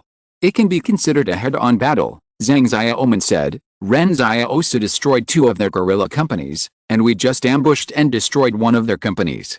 Now they are bombarding the air with mortars. Battalion commander, how is it? Did I not embarrass you? Don't be so proud, kid. Zhou Yinglong laughed angrily. I haven't even approached Kayangwen Mountain yet, but the scouts in front came back and said that Kayangwen Mountain has sent troops to reinforce the direction of B1 River. The way you're fighting, I'm afraid that Zhong will think that our main force is going to attack B1 River with all our strength. I wonder how you can complete your mission. Zhang Xiaoman was stunned for a moment, then he became anxious. Then battalion commander, you should quickly attack Kayangwen Mountain and lure the troops on Kayangwen Mountain back. How the hell can I lure them back? Zhou Yinglong said unhappily. It will take us 2 more days to reach Kayangwen Mountain, but thanks to you, it should be easier for us to attack Kayangwen Mountain. Zhang Xiaoman's face suddenly became bitter. There is no joking in the army. No matter what situation they encounter, blowing up Biwen Bridge is their death mission. Now that the troops are concentrated on Biwen Bridge, how can they fight? Sorry, Ren Xiaosu glanced at the call that had not been hung up and said, it's all because of me that you're in this dilemma. Give me all the TNT, I'll go blow up the Biwen Bridge alone. Zhang Xiaoman winked and said, are you saying it's because you killed 2 companies and 2 snipers? I'm not being polite to you. Without you, we would have been surrounded by a regiment of enemy troops. It's okay, let's die together. For the honor of Fortress 178, it's worth it. At this time, Zhou Yinglong's call had not been hung up yet. He roared on the phone, I haven't hung up the phone yet. Who are you acting for? What's the point of dying together? Aren't you ashamed of such a heroic drama? Stop it. You guys take a break for 2 days. After I attack Kayangwen Mountain and attract the troops here, you can break through the B1 River. Please give me a monthly ticket. Please give me a monthly ticket. Recommend this book. What is it like to become a vampire? Introduction. What is it like to become a vampire? Xiongkun never expected that this question, for which he had treated the answer as a story on Zihu not long ago, could now be answered with his personal experience. Chapter 421, Qing Clan Attacks. The Sharp Knife Company suddenly became idle. Even in the forward base, they were not so idle before. At that time, they had to do physical training and cross-country training. Now, they just need to wait quietly. Ren Xiaosu and Zhang Xiaoman acted when the phone was not hung up. They knew very well that if B1 River received support from Kayangwen Mountain, their mission to blow up Biwen Bridge would be nothing but a pipe dream. No matter how powerful your company is, it is impossible to fight against thousands of people with 184 people. Even Ren Xiaosu can't do it. There is not enough ammunition. Zhou Yinglong is not a rigid person. He knows that the Sharp Knife Company has done well enough. A company can annihilate 3 companies of the Zhuang family regular army without injury. There is no other similar one in the whole army. So he ordered the Sharp Knife Company to find a safe place to rest. After the forward battalion attracted firepower on the Kayangwen mountainside, the Sharp Knife Company will make a breakthrough. The Sharp Knife Company did not dare to light a bonfire. Even though they were far away from the mountains at this time, if the enemy sent scouts to find them and directly covered them with firepower, it would be miserable. Zhang Xiaoman smiled mysteriously. He took out a small silver wine flask from his bosom and winked at the others. You are free anyway, do you want to make some? Ren Xiaosu was stunned for a moment. He didn't expect Zhang Xiaoman to dare to bring wine to the battlefield. Are you crazy? We are fighting now, we can't drink. This time it was Zhang Xiaoman's turn to be stunned. In the past, he took out the wine and everyone just shared it. As a result, now with Ren Xiaosu here, it was like there was an extra supervisor. Zhang Xiaoman was immediately unhappy. I am the company commander. Then drink it. Ren Xiaosu paused. If you drink a sip, I will report you to the disciplinary forces. Zhang Xiaoman. We really can't drink now, Ren Xiaosu said seriously. On the battlefield, bullets may fly at you at any time. Will you be able to react then? Ren Xiaosu also hoped that Zhang Xiaoman and the others would drink, but definitely not now. He also hoped to keep everyone alive with a sharp knife, and this matter could not go wrong. As he was talking, Ren Xiaosu snatched the wine pot from Zhang Xiaoman's hand and put it into the palace. I'll keep it for you. Then, Ren Xiaosu went to pee. Someone laughed and said, Ren Xiaosu is more like our company commander. Someone else nudged Zhang Xiaoman with his elbow, and then laughed softly. Company commander, if you were not allowed to drink before, You would have lost your temper a long time ago. Why are you so honest this time? Can I beat him? Zhang Xiaoman said unhappily. And you know nothing. Who is he? He is Ren Xiaosu, the person sent to the Sharp Knife Company by Commander Zhang. What's wrong with that? What's wrong? Zhang Xiaoman said with his eyes wide open. Putting him in the Sharp Knife Company is to show everyone in the group army whether he is qualified to be the commander. Look at how fierce Ren Xiaosu is. He will definitely live until the end of the war. It's not too much to say that he is now the prince of the 178th fortress. It's okay to pick on him before, but now that you find that he is qualified, you have to obey, understand? Everyone was thinking, it seems to be the case. Although the rough men from the northwest are arrogant, they are not necessarily ignorant. At this time, other combat sequences may not recognize Ren Xiaosu, but their spearhead company must have accepted it. In Zhang Xiaoman's eyes, Ren Xiaosu is already regarded as the next commander. Otherwise, how could he be so honest? But to be honest, I really admire Ren Xiaosu from the bottom of my heart, Jiao Xiachen said, except for liking others to say thank you to him, he seems to have no problem with other things. Saying thank you is not a big deal. Zhang Xiaoman laughed happily. These days, a thank you can save your life, so be happy.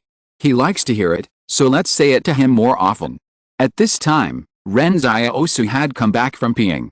Hearing this, he sat directly next to Zhang Xiaoman. Then what are we waiting for? Let's get started now. Zhang Xiaoman.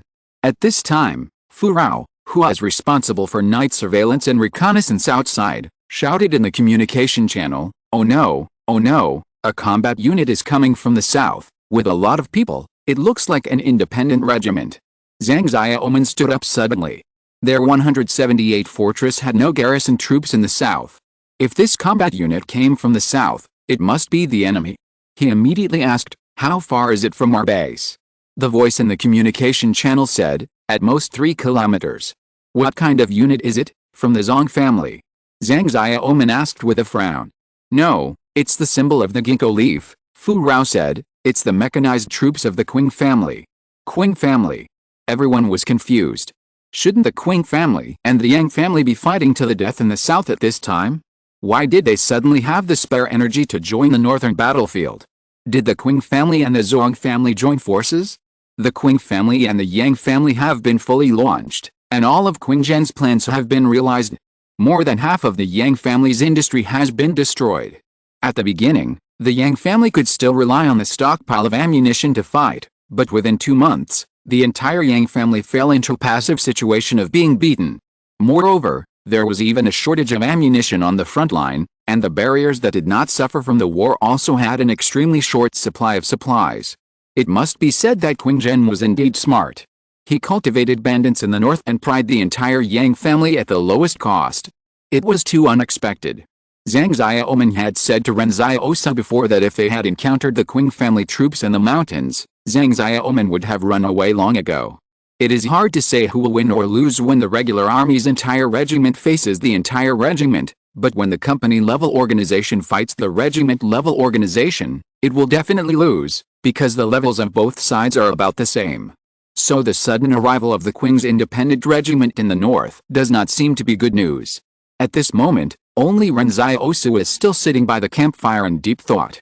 Zhang Xiaoman said, retreat to the direction of Kayangwen Mountain and join up with Captain Zhou. This Qing's independent regiment is not something we can contend with. As a result, Ren Xiaosu suddenly said, they may not be here to fight us. Are you crazy? Zhang Xiaoman was shocked. This Qing's troops suddenly appeared so close to us, how could they not be here to fight us? As a result, Fu Rao suddenly said in the communication channel at this time, wait, company commander, their mechanized troops have stopped advancing, and they actually sent someone to walk towards us. Ren Xiaosu sighed and stood up, maybe they are looking for me. Everyone in the Sharp Knife Company was stunned. In the middle of the night, the Qing suddenly sent a mechanized troop to the north. With such a large battle, you actually said they were here to find you? Ren Xiaosu faced south and waited quietly. In fact, he was not quite sure about Qing's intentions until he saw Tang Zhou. Chapter 422 Helping to attack North Bay Bridge. Among the officers of the Qing clan, apart from Qing Zhen and Luolan, There were two people that Ren Xiaosu was very familiar with. One was Tang Zhou and the other was Su Man. Tang Zhou was Luo Lan's confidant, and Ren Xiaosu had saved his life once, while Su Man was Qing Zhen's confidant, and the matter of gathering the northern bandits was all controlled by Su Man. Seeing Tang Zhou at this time, Tang Zhou was waving at Ren Xiaosu happily, and signaled to the other soldiers of the Sharp Knife Company that he was not carrying any weapons. Ren Xiaosu smiled and said, "You are quite courageous. You dare to run towards us without any weapons. What's the use of carrying weapons?" Tang Zhou also smiled and responded, "There are so many of you, and you are here. I will die even if I carry weapons." Zhang Xiaoman and others watched silently from the side. They found that Ren Xiaosu seemed to be very familiar with the people of the Qing clan, and the Qing clan officer seemed to know Ren Xiaosu very well from his words, and knew how fierce Ren Xiaosu was. "Aren't you from the Qing clan fighting in the south? Why did you suddenly come to the north?" Ren Xiaosu asked. All the soldiers of the Sharp Knife Company pricked up their ears to listen. This was what they were most concerned about. Tang Zhou said, "Boss Luo's spy in the Zhuang clan got the information, so he knew that you had just won a victory with the Zhuang clan in the mountains, and then sent me here. Then how did Fatty Luo know that I was in the Sharp Knife Company?" Ren Xiaosu asked in return. Tang Zhou smiled but said nothing. Ren Xiaosu immediately understood that there were also spies from the Qing clan in the 178 fortress. It seems that Qingzhen and Luo Lan's preparations were really solid. In terms of intelligence work alone, the 178 fortress is indeed not as good as the Qing clan. But getting back to the point, Ren Xiaosu asked, "Then why are you here?" "Captain Qingzhen guessed that you appeared here to blow up the North Bay Bridge, but he said that there are more defenders here than you thought, and he was afraid that you would get into trouble, so he sent us here to help," said Tang Zhou. Zhang Xiaoman's scalp suddenly went numb. Is it possible that Ren Xiaosu has external aid when he fights? What is the relationship between Ren Xiaosu and the Qing family? The Qing family and the Yang family in the south are almost fighting each other, but they still want to send troops to help Ren Xiaosu? You have to know that the mechanized troops coming from the north this time are very useful on the front battlefield. Tang Zhou suddenly said, "Boss Luo once said that when you gain a foothold in Kushu Mountain, he will give you a big gift to congratulate you on your move to a new home, but things turned out to be different." Hearing this, Ren Xiaosu's heart suddenly ached. He took a deep breath and said, "Then what?" "Boss Luo asked me to ask him a question." Tang Zhou looked at Ren Xiaosu's face and asked, "If he says that he didn't know when Zhuangcheng attacked you, and that the Qing family has no spies in Guanshan, only in Dinggayan Mountain, do you believe him?" This matter has been in Ren Xiaosu's mind since he discovered the Qing family spy in Dinggayan Mountain. He really wants to know whether Luo Lan knew about it at the time, but he can't ask. Even if the other party knew, what obligation did he have to tell him? So Ren Xiaosu couldn't ask. But he didn't ask, and Luo Lan asked Tang Zhou to take the initiative to talk about this matter, hoping to eliminate the grudge in Ren Xiaosu's heart, which was considered to be doing things in advance. Ren Xiaosu said calmly, "I believe it." The other party was so frank, so there was no need for him to be hypocritical. Tang Zhou continued, "Boss Luo said that you and him are friends who have lived together for a lifetime, and he has helped the Qing family more than once or twice. After the war with the Yang family is over, he will send people to the downstream to help find your friends. If the 178 fortress has not defeated the Zhuang family by then, he will also come to the north to help you fight." Zhang Xiaoman next to him was unhappy. "Who are you talking about here? Our 178 fortress will definitely end the battle earlier than you." Tang Zhou laughed happily and said, "Don't yell at me. These are all Boss Luo's original words." Luo Lan is a fat man with a strong sense of chivalry and loyalty. After getting along for such a long time, Ren Xiaosu can be said to have understood Luo Lan. Perhaps because Ren Xiaosu saved Luo Lan's life, there is always something different when Luo Lan and Ren Xiaosu get along. Although Luo Lan keeps saying that he has returned the favor, he is actually always thinking about it in his heart. Ren Xiaosu suddenly asked, "What about the troops behind you?" "Oh," Tang Zhou suddenly realized, "this is the order of Commander Qingzhen to help you take Biwen Bridge. You helped my Qing family allotted the 313th position. If it weren't for you, I'm afraid many soldiers would have died." Commander Qingzhen is still thinking about this favor. Zhang Xiaoman took a breath of cold air. This fucking mechanized force of the Qing family suddenly left its main battlefield and ran to the north to help Ren Xiaosu fight? What happened today? Is there something wrong with this world? Although Zhang Xiaoman and his friends knew that Ren Xiaosu was powerful before, they only measured him from the perspective of military strength. Apart from the combat aspect, his background was no different. He was just an ordinary person. But what happened tonight was too subversive to their cognition. What about the first-class people? Now Qingzhen and Luolan are in their heyday in the south. Everyone knows this. Sending a mechanized force to take B1 Bridge seems to be quite easy, but if you want to take down B1 Bridge, it may cost tens of millions.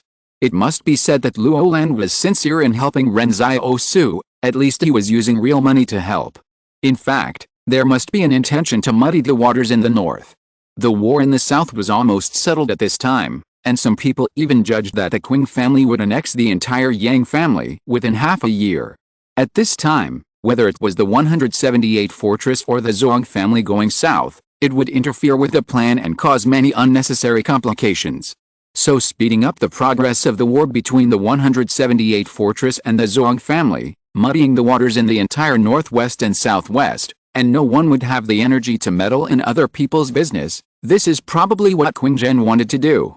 But no matter what Qingzhen wanted, Ren Xiaosu would appreciate this favor. As long as they fought against the Zhuang family, they were all friends. Moreover, Luolan's sincerity was indeed in it. After that, Tang Zhou planned to say goodbye to Ren Xiaosu. We can't stay here for long. After the Battle of Biwen Bridge, we have to go back to the main battlefield in the south. Commander Qingzhen only gave us half a month. Ren Xiaosu said, please convey my gratitude to you. When the war here is over, I will definitely go to Barrier 111. That's enough for you to say, Tang Zhou said with a smile, then see you at Barrier 111. After that, Tang Zhou turned and left. Zhang Xiaoman reacted at this time, hurry up and call Captain Zhou, this is a big deal.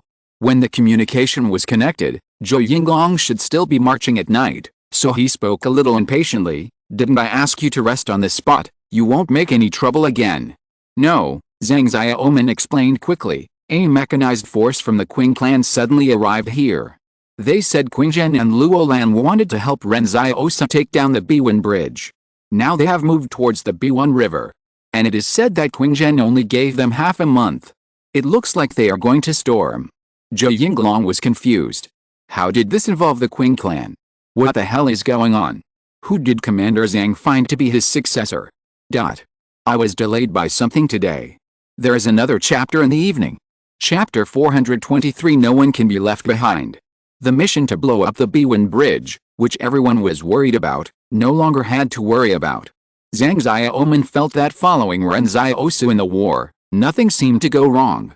It was okay to fight Sichuan town before, but now he encountered Biwen River, which was not supported at all, and Qing rushed out and said, don't be afraid, I have a friendship with Ren Xiaosu, we will help you fight.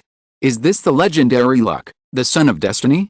No wonder the commander chose him. Of course, Zhang Xiaoman wondered if Commander Zhang chose Ren Xiaosu because of Ren Xiaosu's friendship with Qing? But what should we do now? Zhang Xiaoman sat on the ground and thought carefully, Qing helped us to fight Biwen River, we have nothing to do. Suddenly, the Sharp Knife Company seemed to have become the most idle unit in the entire southwest and northwest battlefields. This matter must be discussed with Zhou Yinglong. As a result, Zhou Yinglong was not vague. He directly ordered the Sharp Knife Company to arrive at Kayangwu Mountain within 2 days and attack this defense support point together with the Vanguard Battalion. They worked together with the Qing family to make the Zhuang family's front line have no room for retreat. As for whether the Qing family can blow up the Biwen Bridge, even if they can't, they can have other plans to supplement it later, so there is no need to go with the Qing family. However, Ren Xiaosu glanced at the shadows in the palace that had not yet completely condensed and said, can we leave 1 day later? Zhang Xiaoman calculated the time, no, we are still more than 100 kilometers away from Kayangwu Mountain. Even if we march quickly, 2 days is just the right time. Generally speaking, if the army walks with loads, it will be about 50 kilometers a day, up or down. If they march quickly, the speed will be 10 kilometers per hour, but they carry more than 30 kilograms per person, and they have to maintain their physical strength, so they definitely can't walk so fast. Ren Xiaosu thought for a moment and said, "Okay, then we must be careful on the road." Without Shadow to lead the way, the risk factor increased sharply. He hoped to wait for Shadow to gather again before setting off, but Zhang Xiaoman would definitely not listen to him. Military orders are as heavy as a mountain. The next morning, the Sharp Knife Company set out for Kayangwen Mountain in the northwest. Zhang Xiaoman was not careless on the way. Fu Rao, Lin Pinggan, and Ren Xiaosu, the three best soldiers, took turns to be the vanguards in front to explore the way. Ren Xiaosu was relieved to see that Zhang Xiaoman was not careless. He also took the initiative to take on more vanguard tasks. Basically, he was walking in front for 2/3 of the time.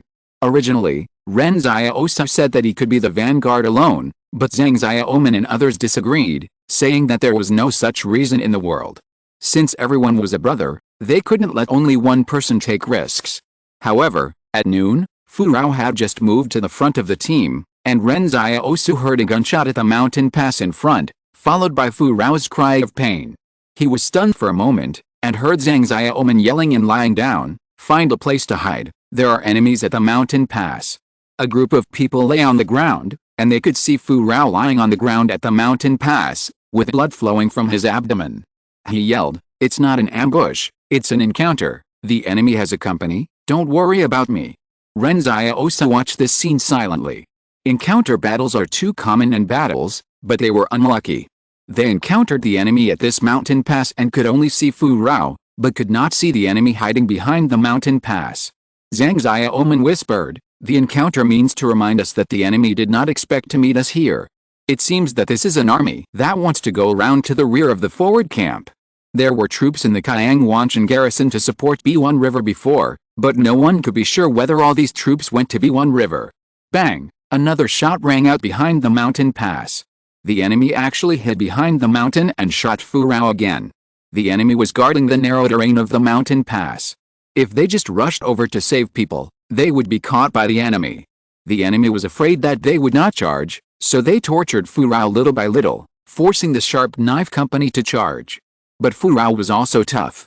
He knew what he was facing, so when the second shot hit his leg, he didn't even make a sound. "Don't worry about me, contact the vanguard battalion to surround them," Fu Rao roared. Ren Xiaosu wanted to throw a grenade directly, but if the first grenade was thrown, the enemy would find out that there was a superhuman, and they would probably kill Fu Rao immediately and retreat quickly. With Ren Xiaosu, this encounter would definitely be won, but Fu Rao would die. Ren Xiaosu stood up and slowly walked along the mountain towards Fu Rao. Zhang Xiaoman was anxious. "This is the enemy's strategy. We can't fall into it. You and I are both soldiers now. Fu Rao knows what he should do now. We should also know that if it was me lying on the ground now, I would not let you rescue me." Ren Xiaosu turned back to look at Zhang Xiaoman and said calmly, "I said, no one can be left behind." Zhang Xiaoman stared at Ren Xiaosu blankly. He suddenly felt as if there was a fire of faith burning in his body. He saw that Ren Xiaosu's pupils turned red again, and the depths of the red were like a magma vortex. Ren Xiaosu had already rushed out like a cheetah, and Zhang Xiaoman's mind was still echoing Ren Xiaosu's words, "No one can be left behind." Zhang Jinglan said to Ren Xiaosu, "Life should be like a candle, burning from beginning to end, always bright. The dark world is about to fall, but before it really falls, the fire cannot be extinguished." This is Ren Xiaosu's current obsession. Zhang Xiaoman lowered his voice and said, "If Ren Xiaosu succeeds in saving people, immediately seal off the mountain pass and don't let the enemy take advantage." At that moment, Ren Xiaosu had already rushed out.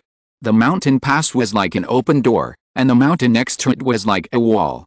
Ren Xiaosu jumped over the 4-meter-wide door along the wall, and the whole person passed by like a low-altitude flight.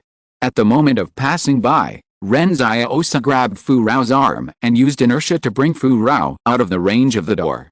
When the enemy Zhong soldiers saw Ren Xiaosu's figure, they began to shoot crazily, but they were not as fast as Ren Xiaosu in saving people.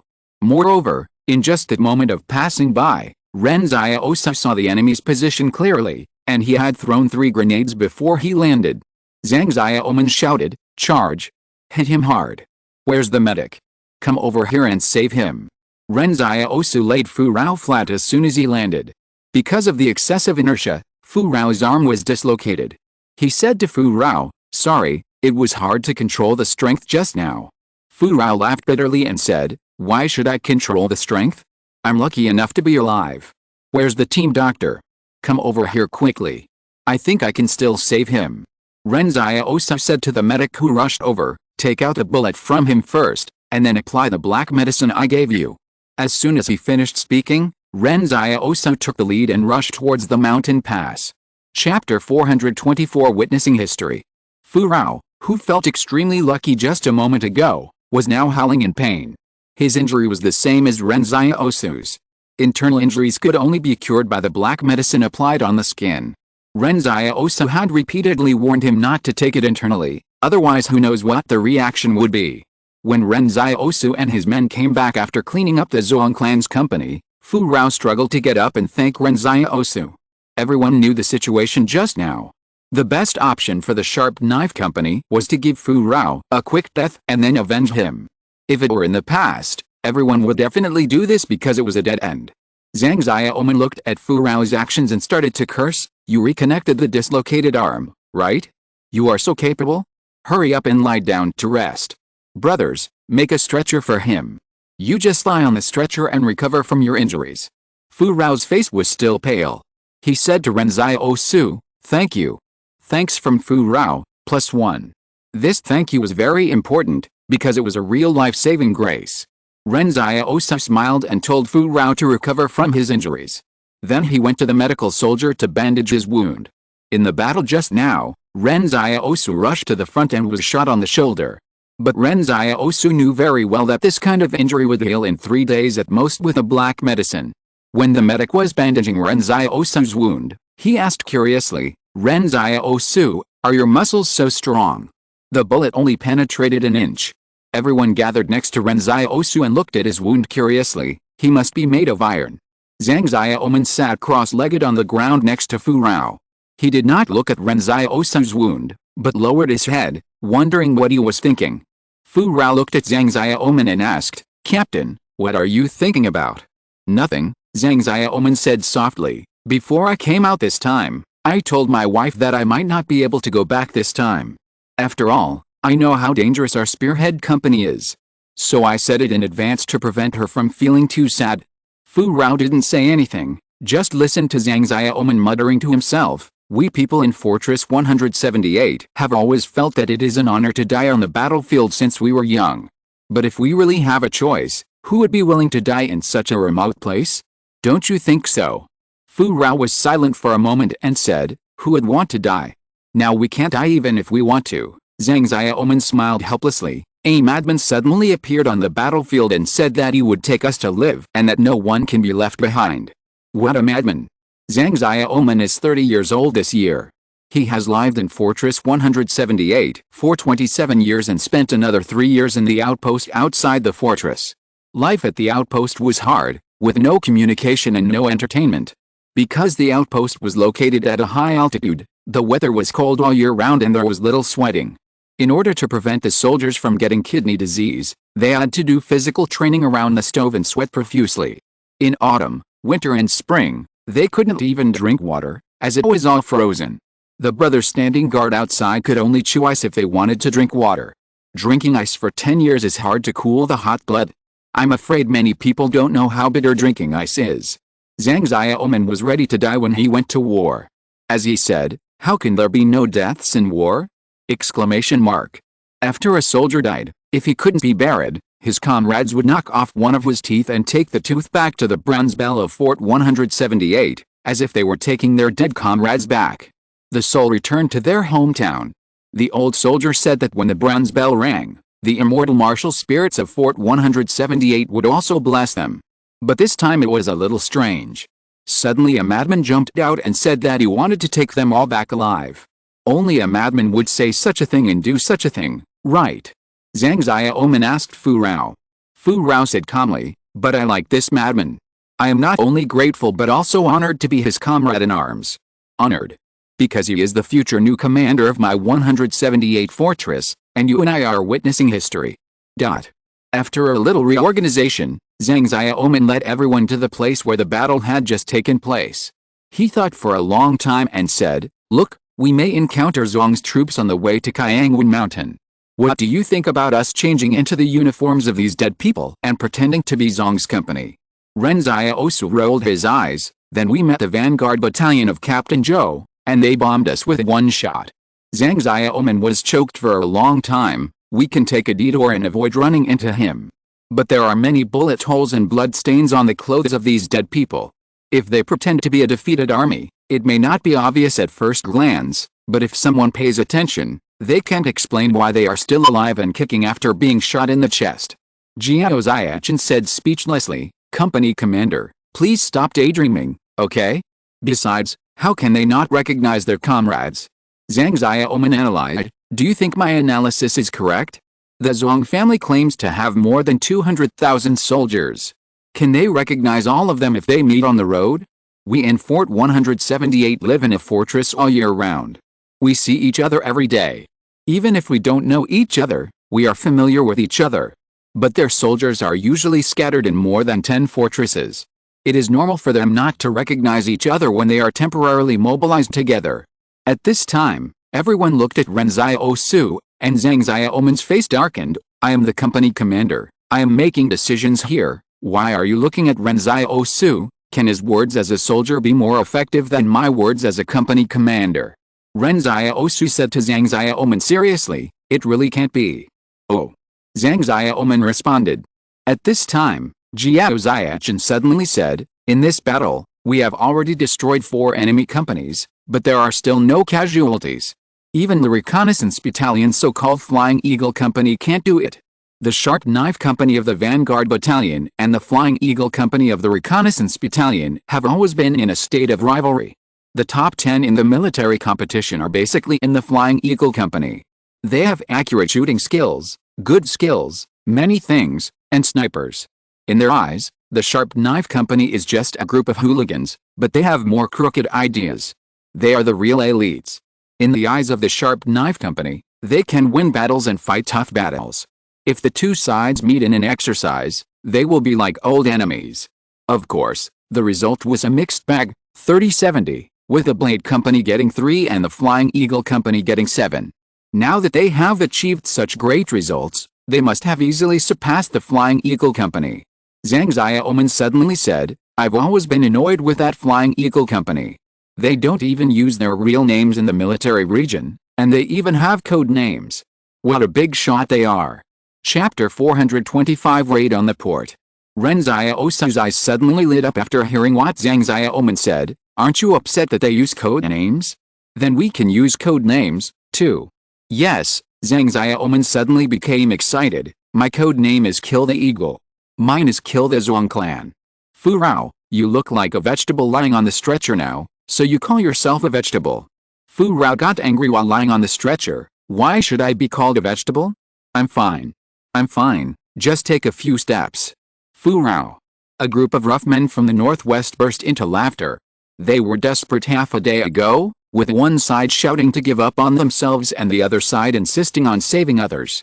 But half a day later, they started to quarrel with each other. This is probably what comrades in arms are like. At this time, everyone looked at Ren Xiaosu. "Xiaosu, what's your code name?" Ren Xiaosu thought for a moment and smiled. "My code name is Thank You. You can just call me Thank You from now on." Fu Rao. Zhang Xiaoman. Everyone found that Ren Xiaosu did everything he could to get them to say thank you. The suggestion of the code name was made by Ren Xiaosu, and it turned out that it was waiting for them here. Ren Xiaosu felt that he would wake up laughing in his dreams. So many people called him every day. Was he going to have a big harvest of thank you coins? Ren Xiaosu looked at the others. "I'm not familiar with this newly chosen code name. Why don't you call me a few more times so that I can get familiar with it?" As a result, he saw Zhang Xiaoman and others turned around and left, ignoring him. "Hey, is this how you guys are as comrades? What's wrong with calling out my code name? Hey, call out my code name." The plan of the Sharp Knife Company to give everyone a code name was abandoned. However, before the Sharp Knife Company could move far north, it received a new order from Zhou Yinglong again. This time, Zhou Yinglong wanted them to infiltrate the rear of Kayangwin Mountain and destroy the port and ships behind Kayangwin Mountain. North of Kayangwin Mountain is a tributary of the B1 River. The purpose of destroying the port is to prevent the remnants of the defeated army from leaving by boat after Kayangwan Mountain is captured. Since we want to win the battle, we cannot allow the other side to retain too much manpower. Upon hearing this order, Zhang Xiaoman and his men did not care about resting and directly infiltrated from the east side of Kayangwan Mountain. In just 1.5 days, they arrived at the target location more than 10 kilometers east of the port. At this time, artillery fire roared on Kayangwan Mountain. It is said that the vanguard battalion and the subsequent reinforcements have been attacking for 2 days, but according to Zhou Yinglong's estimation, the other side may have to hold out for another week before being defeated. So the Sharp Knife Company destroyed their retreat in advance. Zhang Xiaoman used a telescope to observe the garrison of the port from the top of the hill. I guess they all went to fight, so there's only one company of soldiers stationed here, and it's a bit strange. You see, they are moving things onto the ship, and I don't know what they are moving. It's easy to fight if there is only one company, said Ren Xiaosu. At this time, the Sharp Knife Company seemed to have no regard for the enemy troops of the same level. Zhang Xiaoman said, "It's better to fight sooner rather than later. After taking down the port, retreat immediately and join up with Captain Zhou." As soon as he said it, the defenders on the port seemed to be in a hurry. The soldiers carried their guns on their backs and carried things with all their strength. There were 7 medium-sized iron ferries docked at the port. When Ren Xiaosu and his men appeared, the Zhuang family soldiers were terrified. Before they could organize an effective resistance force, the entire company was blown through by Ren Xiaosu. However, at this moment, the communicator in the rear suddenly yelled, "Company Commander, Captain Zhou asked you to answer the phone." Zhang Xiaoman told Ren Xiaosu and the others to blow up the boats, and then walked over with a suspicious look on his face. Isn't this a war? How can he still be in the mood to answer the phone? As a result, when he answered the phone, he heard Zhou Yinglong yelling on the phone, "Where are you? Have you reached the port?" Zhang Xiaoman said proudly, "Fortunately, I have fulfilled my mission. I have taken down the port. Aren't we bombing the boats now?" But Zhou Yinglong's voice changed, "Retreat, retreat, retreat quickly." Zhang Xiaoman was stunned for a moment. "What? You haven't fought before?" "It's not that we haven't fought before, but the Kayangwanshan position is empty. The old guys of the Zhuang family took advantage of our short retreat from the mountain and ran away in advance, leaving a few soldiers to cover us. The other main forces may have run to your side," Zhou Yinglong yelled. Zhang Xiaoman's scalp was numb immediately. "Zhou Yinglong, your uncle. Why didn't you tell me about this earlier?" After speaking, Zhang Xiaoman hung up the phone and yelled, "Pack up and retreat." But just after he finished speaking, they all heard messy shouting. No one expected this kind of thing. Did they say that Kayangwanshan would have to wait a week before it collapsed? Why did they run away in advance? What they didn't know was that the mechanized troops of the Qing family in the northeast launched a lightning raid on B1 River and had forcibly captured B1 River. It was precisely because of this that the defenders of Kayangwan Mountain were already panicking. They didn't know whether the Qing family would turn around and attack them after they finished attacking B1 River. As for the Zhuang family's base camp, they didn't know what the Qing family wanted to do. Did they want to join the war and launch a full-scale war against the Zhuang family, or just do a vote and leave? They didn't want to be the second Li family. Did the Li family disappear like this at the beginning? So the Zhuang family decided to shrink the defense line comprehensively and see what the Qing family wanted to do first. However, this made things difficult for the Sharp Knife Company. It was too late for them to run away now. There were several rumbling sounds at this time. Zhang Xiaoman immediately turned his head and saw Ren Xiaosu and other soldiers of the Sharp Knife Company throwing TNT into the cabin. 6 ferries had already turned into huge fireballs, burning fiercely, and even the river surface was like a burning cloud. Zhang Xiaoman was anxious. "Don't blow them up, don't blow them up, leave one."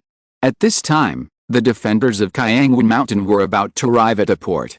Seeing that there was at least a battalion of troops, Ren Xiaosu asked curiously, "What's wrong? Get on the boat. Let's escape by boat," Zhang Xiaoman shouted. At this time, the Sharp Knife Company only had this one way to retreat. All other ways were blocked by the retreating soldiers of the Zhuang family. When the Zhuang soldiers in the distance saw that their boats were blown up, they immediately fell into despair. Someone raised a heavy machine gun and fired at the ferry where Ren Xiaosu and his companions were. Fortunately, the strong recoil made all his bullets fly into the sky, and only one person on the sharp knife side was shot. Zhang Xiaoman shouted on the boat, "Who among you can drive a boat? There is no such thing near our 178 fortress. No one can drive it," Jiao Xiachen muttered. Zhang Xiaoman went to the cabin. "You have to learn how to do this even if you don't know how. If the boat doesn't move, we will die." End of this chapter. Thank you very much for reaching the end. Don't forget to like. Looking for more exclusive content and immediate access? Subscribe to our Patreon. Remember, every like, subscription, or donation encourages us to continue. Thanks to everyone. See you in the next video.